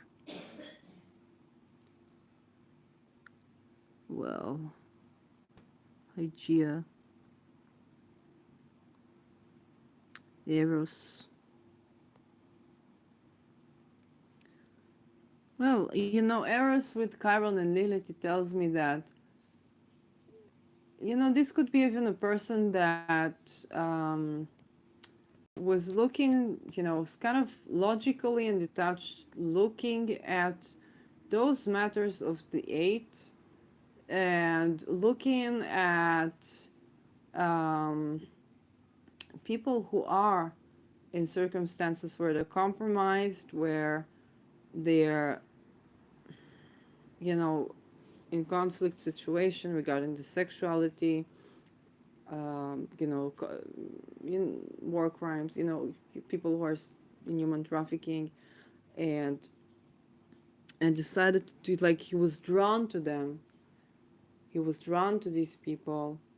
He was drawn to do something about it and decided to do something about it and expose human trafficking and expose the situation. And yes, he was very much aware of the kind of erotics that applies to, but what he decided to do was not to take advantage, but hopefully, we never know, but we hope that not, but to be actively persecuting the people and the structures that allow circumstances to be. Um,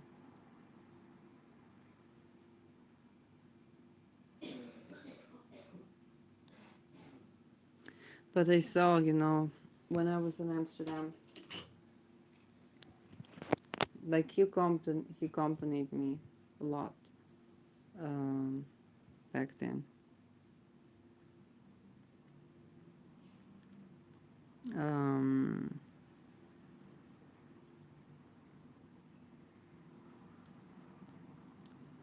so this is asteroids. Okay, life path one. Okay, it tells us the person is soloist.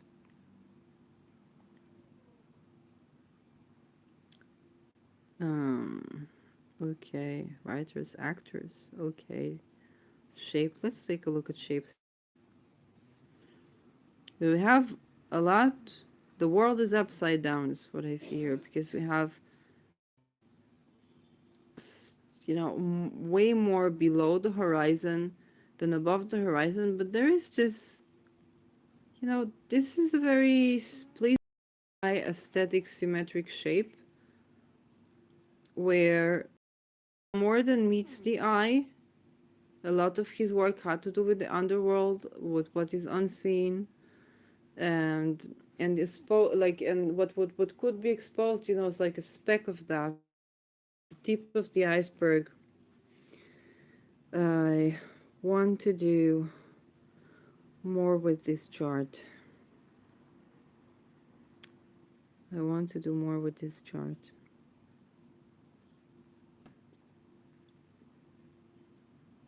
Okay, that's nice. Um, Midpoints, fire element. He had a lot of water elements, fire element. So it was water and fire. Yeah. Again, like I said, a lot of passion, but what he was doing. Um, Very intense, very powerful. So, he died age 6.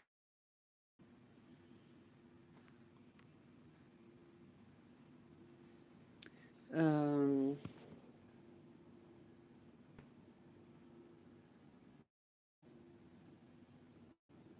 Yeah,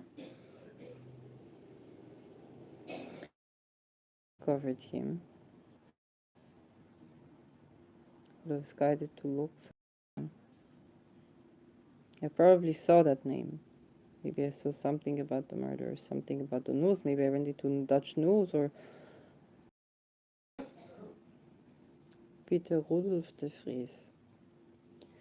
I wanted to do some transits. Let's go to astro.com for a second. Hey, Placidus, I want to take that to. No, that just hit me. Who it was? With whole sign. Okay. Okay. This gives me some transits. Okay. When he. Let's look at he died. 15 July 2021. I want to do this transit for him. This is not like this is not this one. Yeah, but I want a date for the transits and what's like if I add this, let's see, can I add this? No.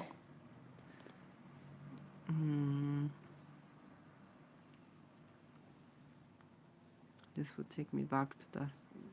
Okay, I would need to put his chart in and to look at his death because I think it's important. 14 November 1956, 8:22, Alsmir. Let's try, go for it. 14 November 1956. 14 November 1956. Look at what I am doing. Look at what I am doing because this is something. It's like, no, I'm not letting this go. I'm not letting this go. There's something I want to tell you about. I want to see it. I want to tell you this through the astrology, not through channeling. 8:22, 8. But which PM? I'm gonna do it like that, and then Netherlands in in in in Netherlands.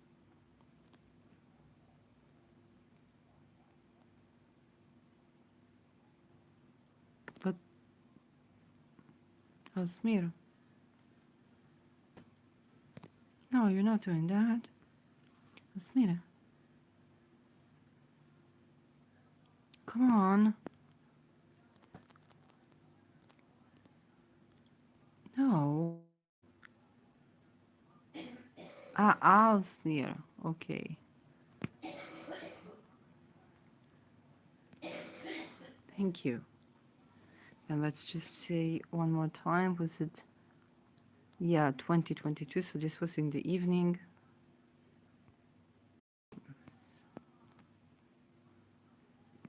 PDF. PTV. Mail.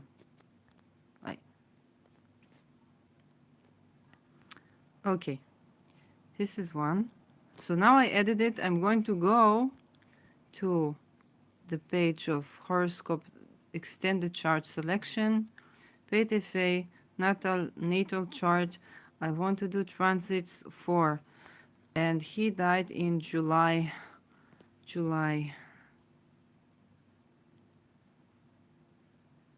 He died in July 15, 2021. July 15, July 2021. You see this intensity here. It's like, no, I'm not giving this up. I'm going no strong. You know what? Whenever I need to do something like on turn, I will call on his energy because he's so You know, he said, no, I'm not giving this up. I'm not letting this go. I'm keeping on. I'm keeping on. I'm keeping on. Okay, do I want like what do I want here? Series. The Chiron, of course. That's yes, so let's look at that with the transit of the date that he died. Yes, bitte. Probably one of the longest episodes I ever did, but that deserves the attention. Yes, I want the transits. And this is 15 July. Oh, I also need to check if he was born under eclipse, so I will show you. Okay. Lilith in the 12th, true Lilith in the 12th, not the least bit of surprise. Um, yes, the North Node was in his 12th house. Pluto was crossing his natal true Lilith in the 7th. No, it was not crossing that. Saturn was retrograding in his 8th house. Moon in Scorpio. No, Moon in Virgo. The moon at his death was very close to where it is, where I started this episode. The moon when he died is close. Now I see. It's like, okay, so this is why I was called to talk about him today. 21, yes, and the moon was crossing at this point, yes. But the moon was already 25 degrees when I talked about him, when I thought about him. Yes, this was like a lunar return to his death. Mars and Venus were conjuncting in the second house, Sun, Uranus, Taurus.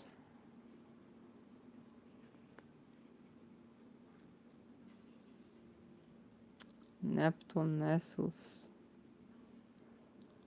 I'm trying to see here what was going on. Did he even die that day? Like, not in the sense that, in the sense that, because it seems like, but it's so weird because he just left the show.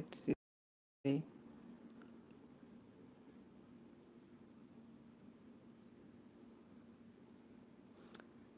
know, for a night chart, dramatic. It's in his 8th house.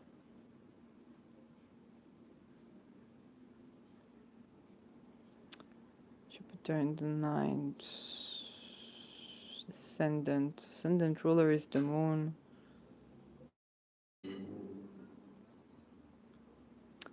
Don't understand. Chiron was crossing to the moon.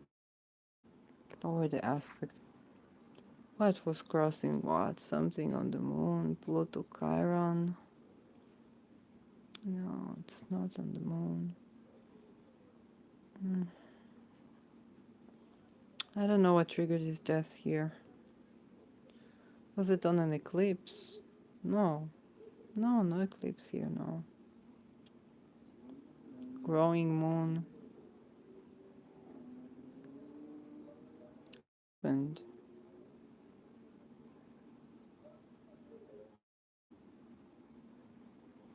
it's difficult because it's difficult for me to channel that. But the Uranus not even applying to his sun. No, it's not exactly an opposition. No, and he definitely kill himself.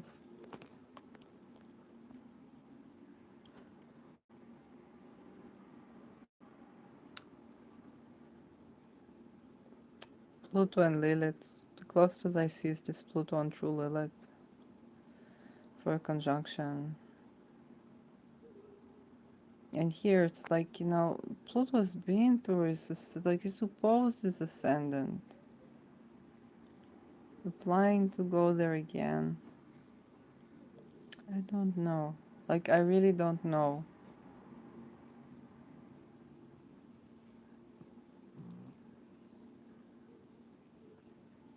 Mercury is the ruler of this 12 in the first, but yeah, of course it's coming from the 12th, but I Neptune in Pisces, Nessus around the MC. It's not even close to the MC.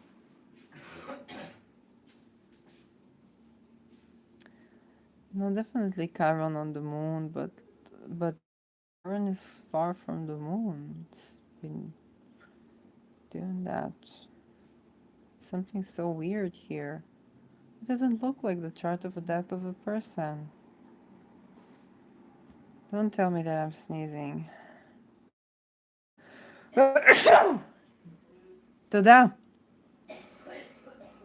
It doesn't look like the chart of a death of a person. Look at me. If you're an astrologer and you're somehow watching this, I, does that look like the chart of a death of a person?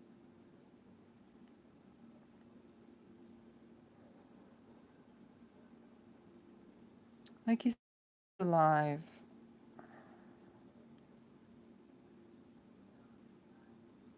But it doesn't seem like this is when he died. Is that the date again? July 15, 2021. The result of the shooting. Yeah, this is when he died. And this was like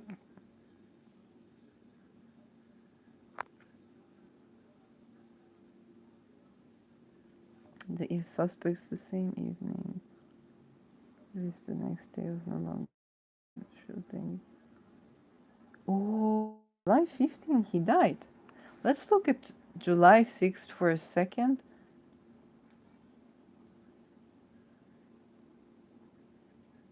I'm sorry, this is not the day that he died. Is it me? Like, am I missing something? Chart selection. Okay, let's do July 6th. Remember, we don't have, the moon is not going to be on the exact. But other than that, July 6th. Moon is about to enter his 12.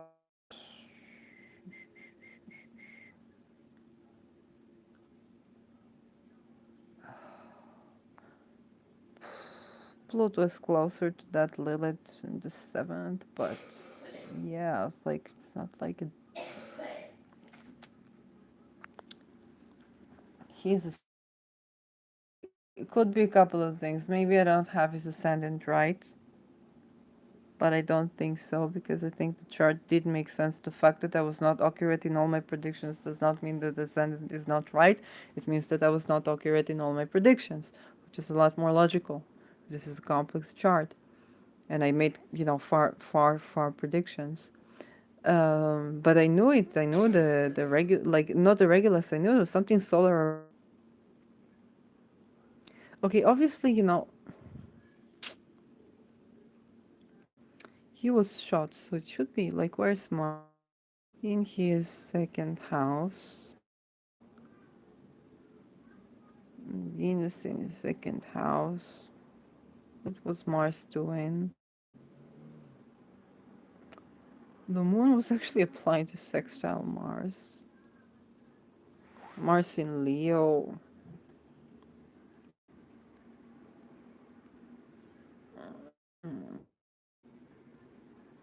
Like, yeah, Mars would apply to in conjunct his own Mars. Okay, so what? And Saturn is the more difficult planet in the 8th house. What is Saturn do? Opposing Mars. That makes sense. That makes more sense. And Mars is the ruler of his moon. Okay, so see the moon ruled by Mars. Here Mars in transit, opposing Saturn, and Saturn retrograde. That's the thing. He walks out of a television studio. Walks out of a television studio. That would be Oh, I'm sorry, don't know how to delineate television studio. Help me. And yeah, this hard Saturn Mars aspect. Saturn is in the 8th, is the house of the birth, and it's also one of the houses of death. And because of the opposition to Mars here, he was shot. He was shot in the head. And the ruler of his ascendant is Mars, but the moon is in Leo. Come on, the moon is in um. Oh my God, Aries, and Aries rules the head. So shot in the head. When the moon was ingressing is okay. So this is more logical. Moon ingressing, he's 12th. Saturn in the 8th. That means it's not immediate. Okay. Uh, his moon is ruled by Mars. Mars in Leo in the fire sign in the second house.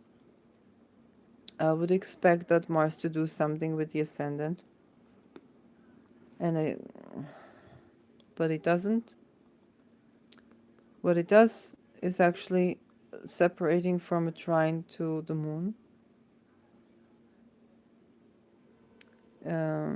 Not separating, yeah, applying to trine, and actually when it reaches the trine, he dies. So the moment of the shooting is this. This is where we see the moment of the shooting, what would cause his death, and I guess because of Saturn here, we see that it took time. It took another um, another 9 days, announced that he was no longer with us. So shot in his head. And Mars in Leo. I okay. And they released the suspects. One of the suspects, Mars in Leo. It can tell me that the shooter was probably someone who he performed with.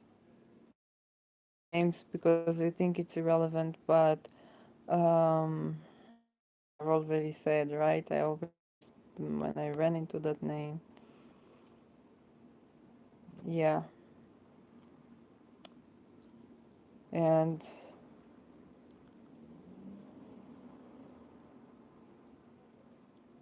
Rahu was in his 12th house. I will soon look at eclipses. Look, I cannot let this go. I cannot let this go. Okay?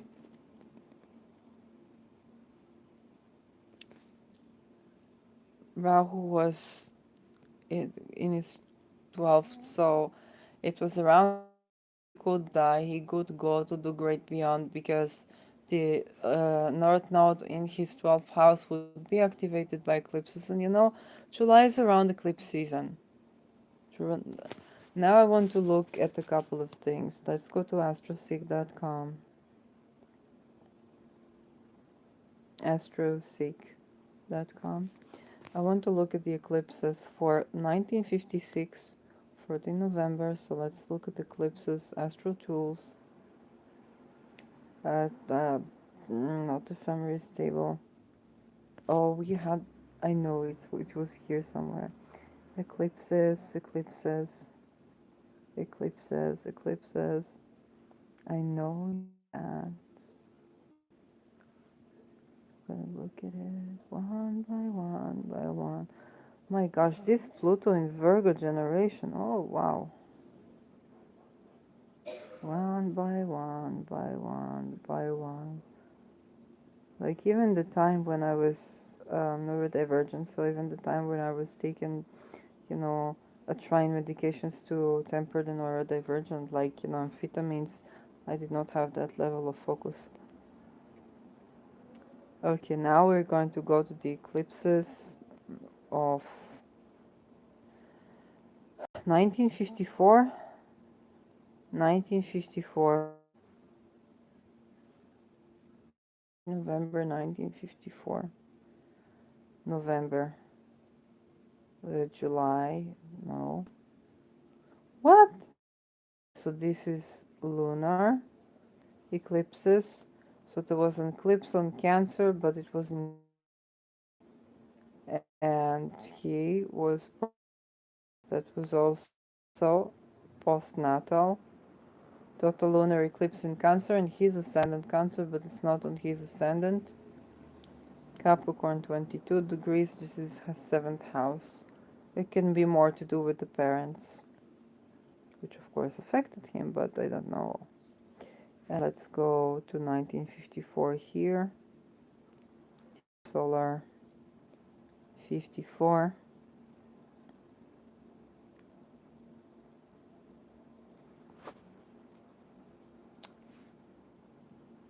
December 25. He was born in 4th November. So he was not born on an eclipses. The eclipses were on his, on his first and seventh around his birth, but he was not born on an eclipse or anywhere near, like, very nearby an eclipse. Let's just make sure there's 1954. Yes, I am. I am yawning. 1954. 1956. Is this true? Huh? No, it was 1956. So, yes, it's not 94. Let's go to 1956 and see what happens here. 1956. So we have December 2nd on the Sagittarius, which would be Sagittarius Gemini. It would be 6th house. And he was in. So December, yeah, that's too far. Let's go to the lunar one. Let's go to the lunar in, again, 1956. Imagine this power of focus. No wonder he did so much. The Pluto Virgo generation, they come. Um, May 24, 19. No, this is May. Yes, he was. But the eclipse was here on his 11th. Let's look at this chart. Okay, he was born in 14 November. This is 18 November. Then 11 days before an eclipse, he was born 4 days before an eclipse. I told you there was something very fated around his life.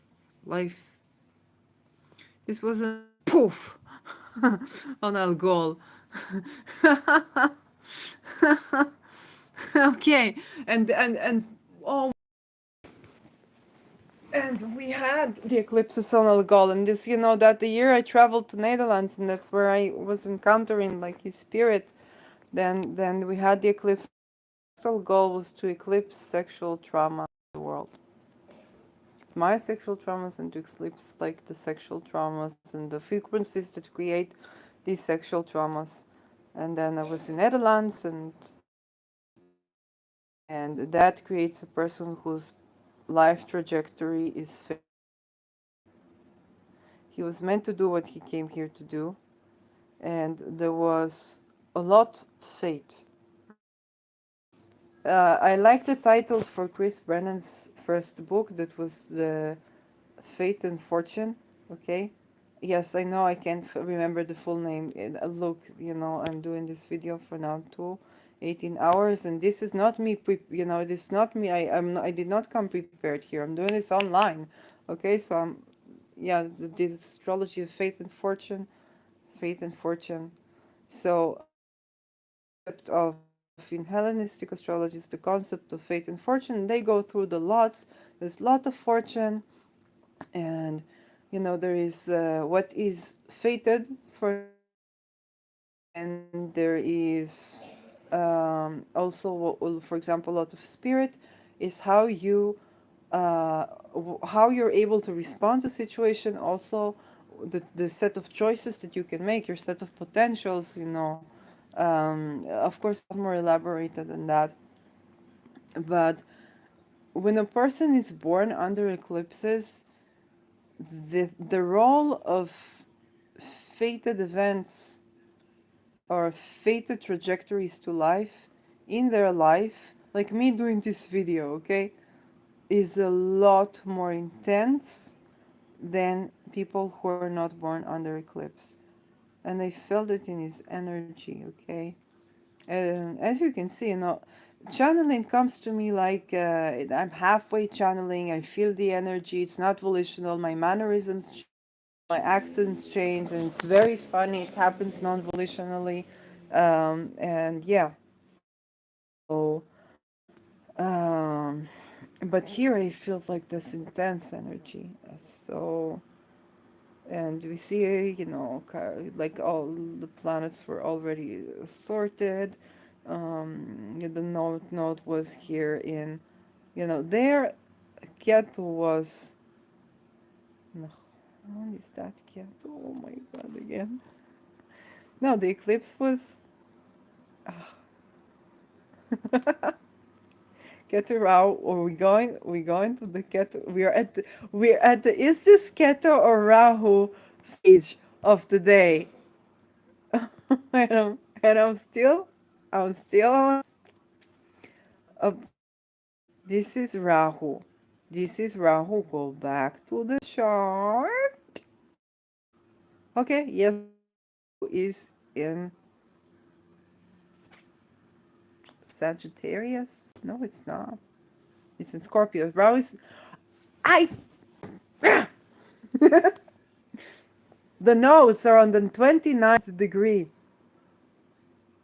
in this eclipse. I told you 9.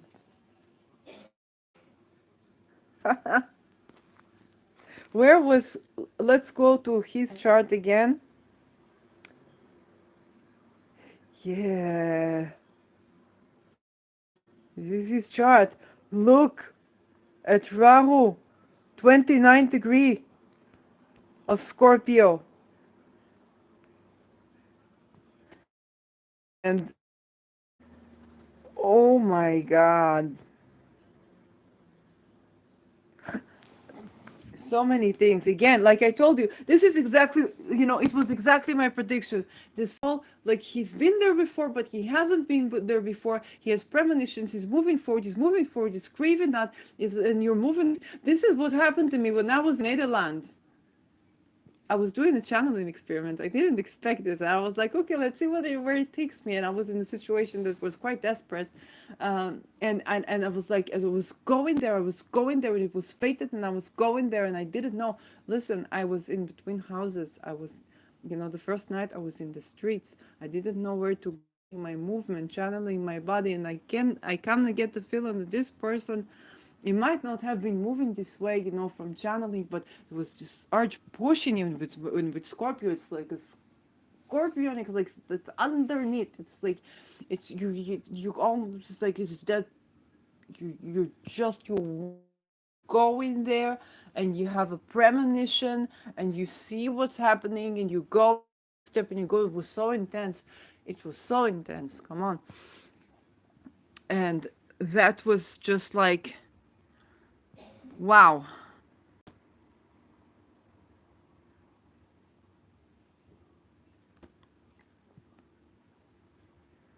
So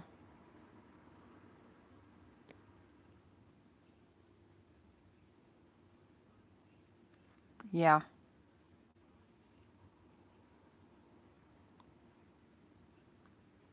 those eclipses. Here's Nessus, right next to my lot of spirit, 1 degree away.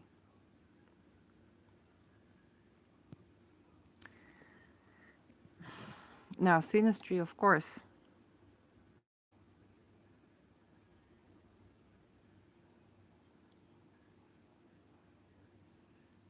Yeah. What do I see here?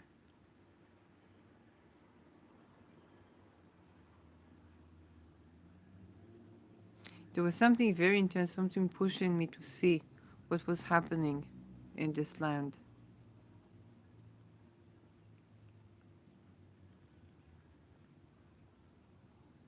but it's not Gisland.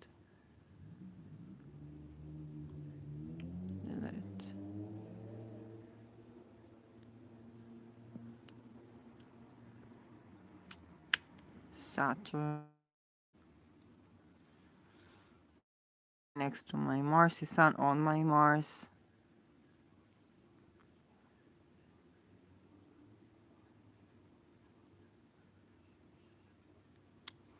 You know where his Rahu is now where we have Ketu. You know, this set of eclipses. We have Ketu. Yeah. He was born and then there was an eclipse on that. And the when the nodes were the 29th, it was just, you knew it was going forward. It was going forward. It was going forward.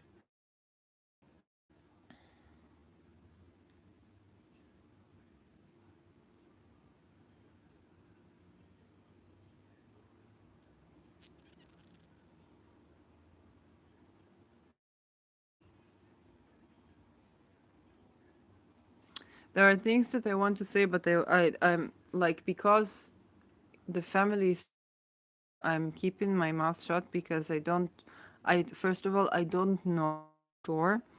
And I also don't want to do something that would disrespect the family. Okay, so um not because like it's not disrespectful of the family, it's not like they have information, no, it's not like that. It's just that because because you know it's kind of like there are things that you don't talk about around the death of a person. uh, but I think on a general level what I got was that he was not aware to the extent of how the corporations and how the structures of the systems was just, you know. And look at Pluto. Pluto, Capricorn, retrograde. That means that it's been, you know, on the 26th. And the 26th, Pluto on the 26th is my lot of square in my Mercury. Yeah. But, you know, I learned yes, the death was surprising, of course, but the the extent to which the systems, or just, you know, we think, no, like,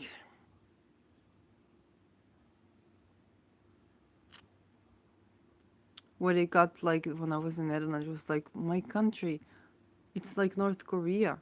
And I was like, what? And the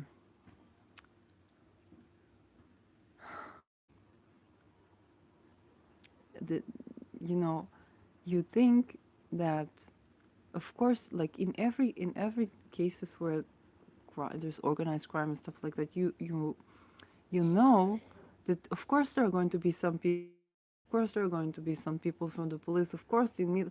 But what you don't guess is that the structures themselves constructed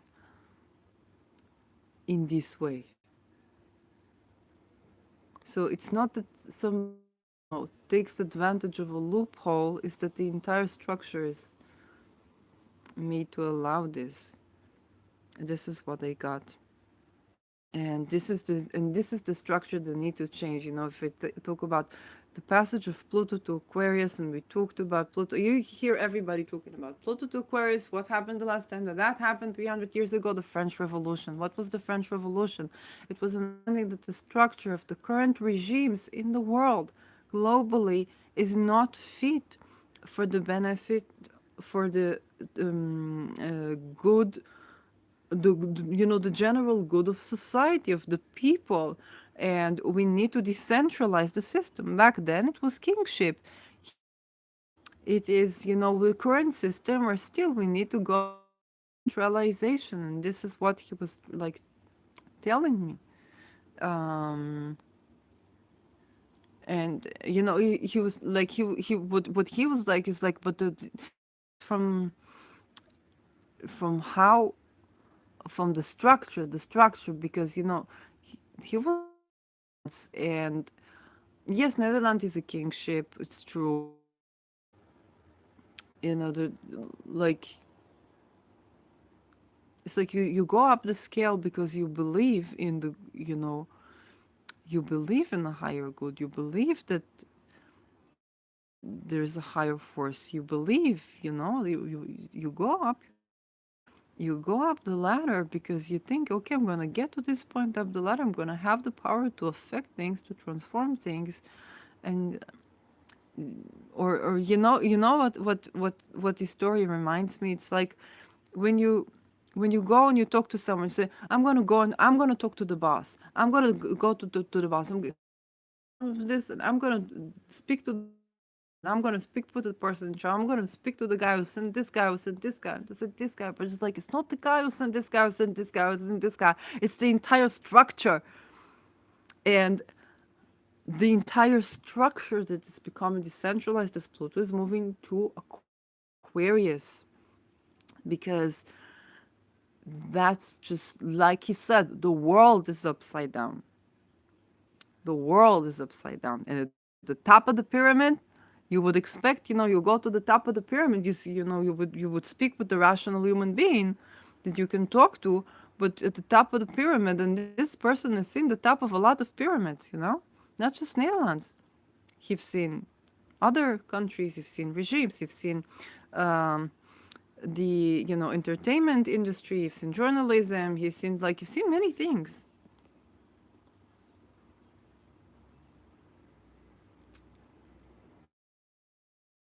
So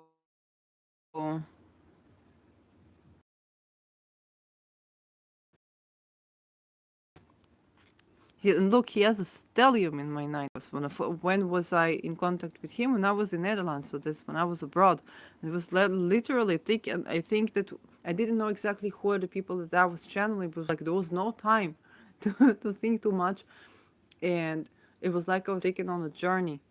And I cannot talk about all today, and I cannot talk about all right now, and yeah, a part of it was like the writing and this and that, and it's like I was taken on a journey to understand what's going on. And it's like now I understand in retrospective, like it's not that I didn't feel that, or I did like mass consciousness. It's like my 12th house is Aquarius, and it's decentralized, it's mass consciousness. But the parts that were there, it's like I was seeing the loopholes of things, and the looking into things. And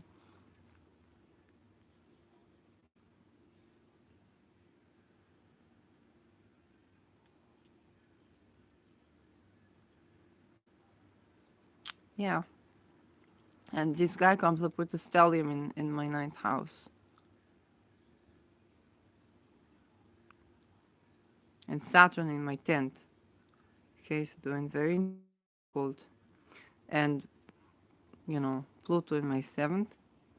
The ruler of my 7th is in my 2nd. So this is a skill that I was developing here through invisible partner, in this case, deceased one. When I say partner, I mean partner like someone you work with together, not partner like, partner. Um,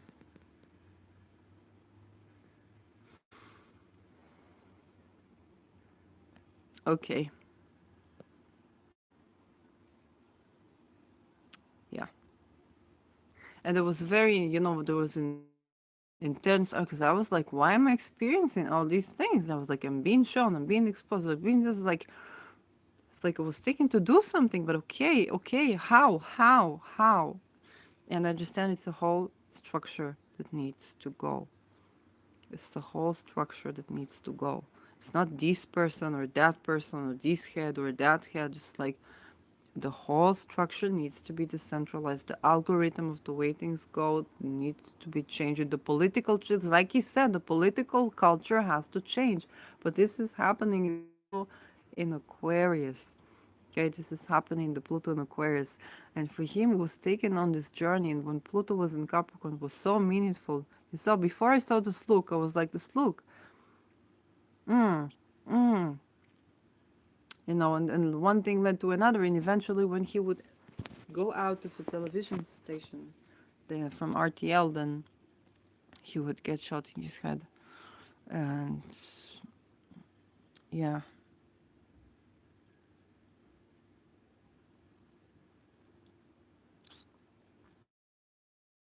okay. This obviously is an important chart, and I'm very, very happy that I touched on this chart. I'm also quite satisfied with the intensity of the job that I'm doing here in Sweden. Look, I was so tired, and now I went. You remember what I said about the nervous system? Like it's going in the episode. I was like, I'm tired, I'm tired, I can't go. It was like that also in Netherlands. I recognize this pattern. And it's like down and low, down and low, down and low. Wonder if I can see it. Where's the Mercury? Yes, we see here the Mercury's and Sun. They're like they're applying. Now, of course, you have to remember the way that he died. We are all going to finish someday. Um, the way that it happened for him, it was very publicized. Okay, so if he would not end up the way he did, like of course he would be alive, things would be different. But if that was something that was be meant to be on a scale of exposing things, then maybe I would be one of the people he would interview, or more, or I don't know. But because I was, I told the story when I was escaping, like attempt to put me in human trafficking back then. um, I was literally like taken to see what is going on in that country. And now, of course, Netherlands plays a big role, because now there's the Ukraine Russian war, and securities and even security in the Netherlands. So this problem going even bigger. Um, but this is not Netherlands, okay? It's like it's an entire structure. It's all of the structure. Where's the International Court of Law for for war crimes in Den Haag? Okay, it's in Netherlands. Um, so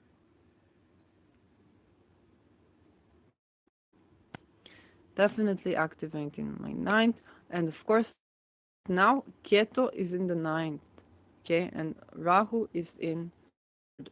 So there's something about this nine, there's something about this stellium, something about that I'm letting go of. Like I was shown yes, and there's something about it that I'm letting go of. And his Neptune is on my Pluto. Again, was channeling this person. And it's not like I reached to him.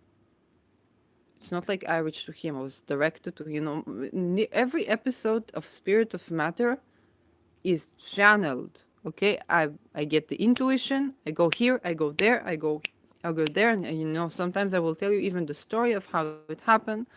Um, but this one is like I want to do this, and yeah.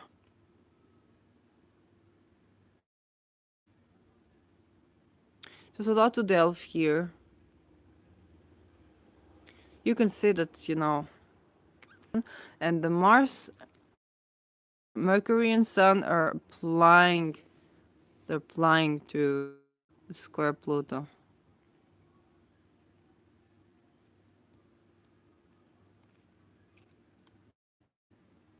Yeah, I was just showing these things. Netherlands right now is going.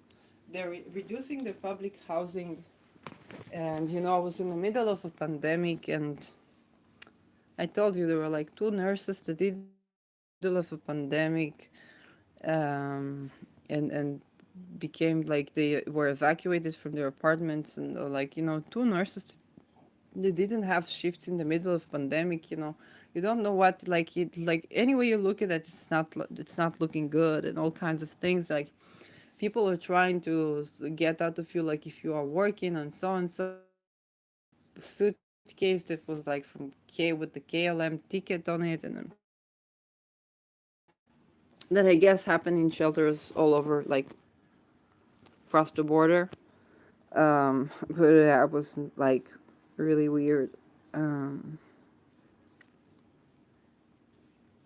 and yeah,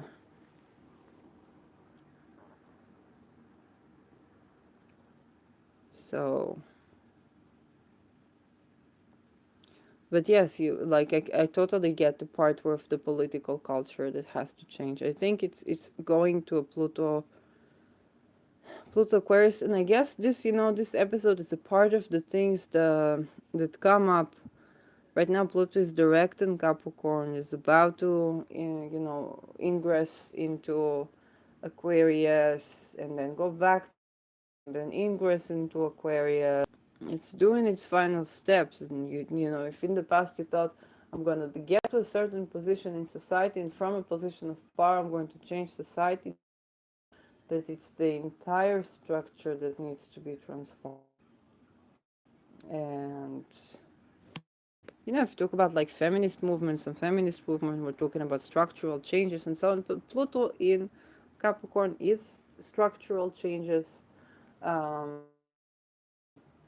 uh, but when we get to Aquarius, it's like, yeah, this, we understand now. We understand that this is not, you know, had if you think, oh, had Peter de Vries been alive, he would take, but that was beyond what one man can take care of, and that one man had, you know, Pluto on Regulus. Okay. um it was like, it was one giant man in terms of intensity, and he could still not manage that, and this was a man that could manage everything. You know, I kind of think of the series The 10th House. This series in the 10th house is like, you know, caregiving. It was like the caregiver of the world. You know, from like, you know, like, this person genuinely cared. Moon in the 10th house, he genuinely cared. And his moon is okayish aspected. We have this moon opposition in Venus, Venus in Libra. So okay, you know, what made him safe, you know, self-care for him was doing what he did. And we can understand how that can conflict of Venus in Libra in the fourth house, wanting maybe a balanced home life, and that, and not, and also it was perhaps the secrecy part was because Venus is hardly making some weird aspect here to Pluto. Um, and yeah, I think that's the 45. That's the 45. It was like, you know, had to be isolated. Probably their safety. Um, so much more to look at the data. Look at what obsession. Oh, wow, wow, wow.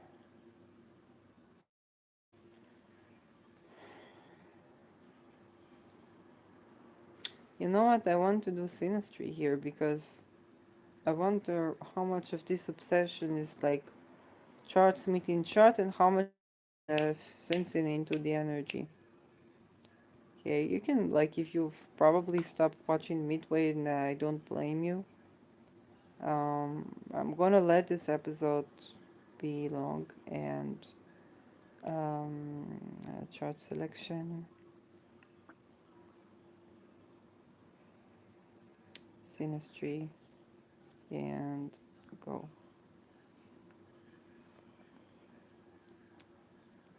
Um, yeah. Lilith could contribute to that. Ascendant.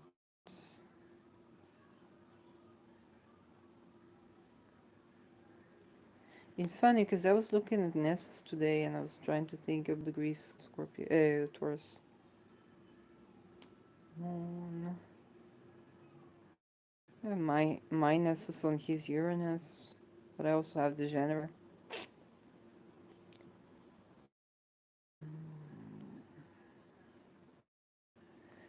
Pluto, Neptune, Mars, like I said. Mm, Neptune trine Neptune, Neptune trine Pluto. I wonder about it. Correct data. Harmonious aspect is correct data. This tells me that the data that about this person is not wrong. Neptune square Jupiter. Okay. The Neptune tells us for biases. So let's see.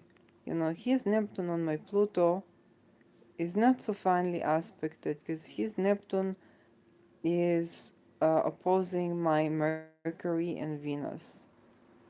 And then is Neptune on my Pluto. Like this could be a sort of like confusion around the message or thinking, a way of thinking, perceiving, and Venus idealizing. So I could be idealizing him, and I could message. There is a bias in the message, or alternatively, that that I speak or the way that I try to speak here is not coming across clear.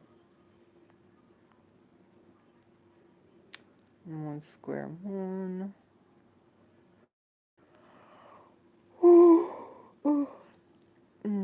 Yeah, moon square V. Bit of a yeah, Venus square Jupiter, so making things good. Um, yes, this video is exaggerated, but not exaggerated in the message.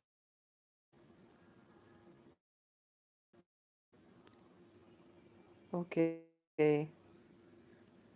that's interesting. Yeah, we looked at Uranus, yeah, Uranus Venus square.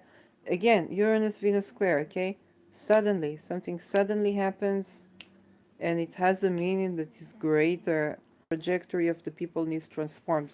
And of course, he's no longer with us, but for me, it's like I see that what he was doing, and I see also my blind Pluto in Capricorn because back then you tried to get to a position of power, a position of status, of knowledge through learning, and I have even Saturn in my ninth house. All the while, involved in decentralization, and you know that you're reaching a position of power to dissolve the position of power that you're in. Um, so, but this is but then only to find out that it's an evolutionary actor and something like that. I think in some episodes I spoke about my Me Too veteranship experience, and this is when I say Me Too veteran, I'm a veteran of being a fighter in the Me Too era. Okay, but not the sense that it happened in the army. For me, it happened also in academia, and in therapy, unfortunately. But the part where I played the role as a significant role was in academia, and I was somewhat joking about it that the whole point of that Me Too was to have autonomy of our bodies, of and so. But the ways when you are when you're a Me Too veteran, and I'm not the only one who spoke with other Me Too veterans. The experience for many of us is that we like both me and my closest friends who were there. We were before the Me Too actually, and it's like you don't know what is going to happen. And like the whole you speak up for the autonomy about your body, but your speech is not volitional. It's like it's like you're letting go into something that's greater than you in order to bring in a future of autonomy over your body. And it's so weird and so strange. um and that non-dual nature of things. But yeah, doing that. So let's see. There's just composites, midpoint, I think midpoint.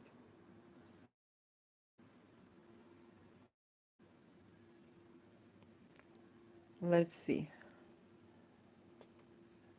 What do we have here? Pluto and Uranus 10 degrees away. Very promising, you know, this the Pluto Uranus. It's like that's how it resolved. But I can't say it was not exciting, but you know, I was just, I was not sure what's going to happen with me each day. This I like. It means that there is harmony. Um, there is a good relation with power that is not overpowering. Nobody overpowers. I like the sextile. I, l- you know, the only thing and the Neptune. So this means the very great emotionally idealization. Okay, and those things are something that can lead to like a sudden, like you know, disillusionment, or and with the Saturn that can bring to more relevant is the fact that there could be psychological ideation, and of course, that is coming from me is that I could idealize him, so I could present him in a way that is very idealized, that is very elevated from reality, that's very ideal, and uh, with moon is like emotional. It's like it's not necessarily that you don't see reality, it's that the way you experience, the way you feel reality is with reality. Okay, so it could be over idealizing. um, Moon, Saturn, is just that, you know, both people could feel eventually emotionally cold or criticizing of each other or something like that. I hope I'm not giving that experience to the Greek beyond. Um, and that's just that. But I do like Mercury here, this Pluto, this trine to Neptune, and the Sun here, which is trine to Pluto, to Uranus is very good. So the ability to talk about power. What I say about power, if I idealize, it's more like I emotionally idealize this person who did all these great things. And that's okay, but the Mercury in the composite, I like it. The way it relates to Pluto, the way it relates to Uranus. So there's a good appraisal of power, there's a good appraisal of the unusualness of things, as well with the Sun. And it doesn't square Neptune here, which I like. It does square Saturn, so that can, you know, this is an aspect that gives longevity, but longevity also with conflict. Square Jupiter. But all in all, it just means that I'm right on the messages that, like, the message that I'm getting is probably right, or at least more, like, I'm probably spot on in most of it. It's just that the emotional is of idealization, and it's actually needed because look at what I talked about, okay? So yeah, and with that I'll end. That was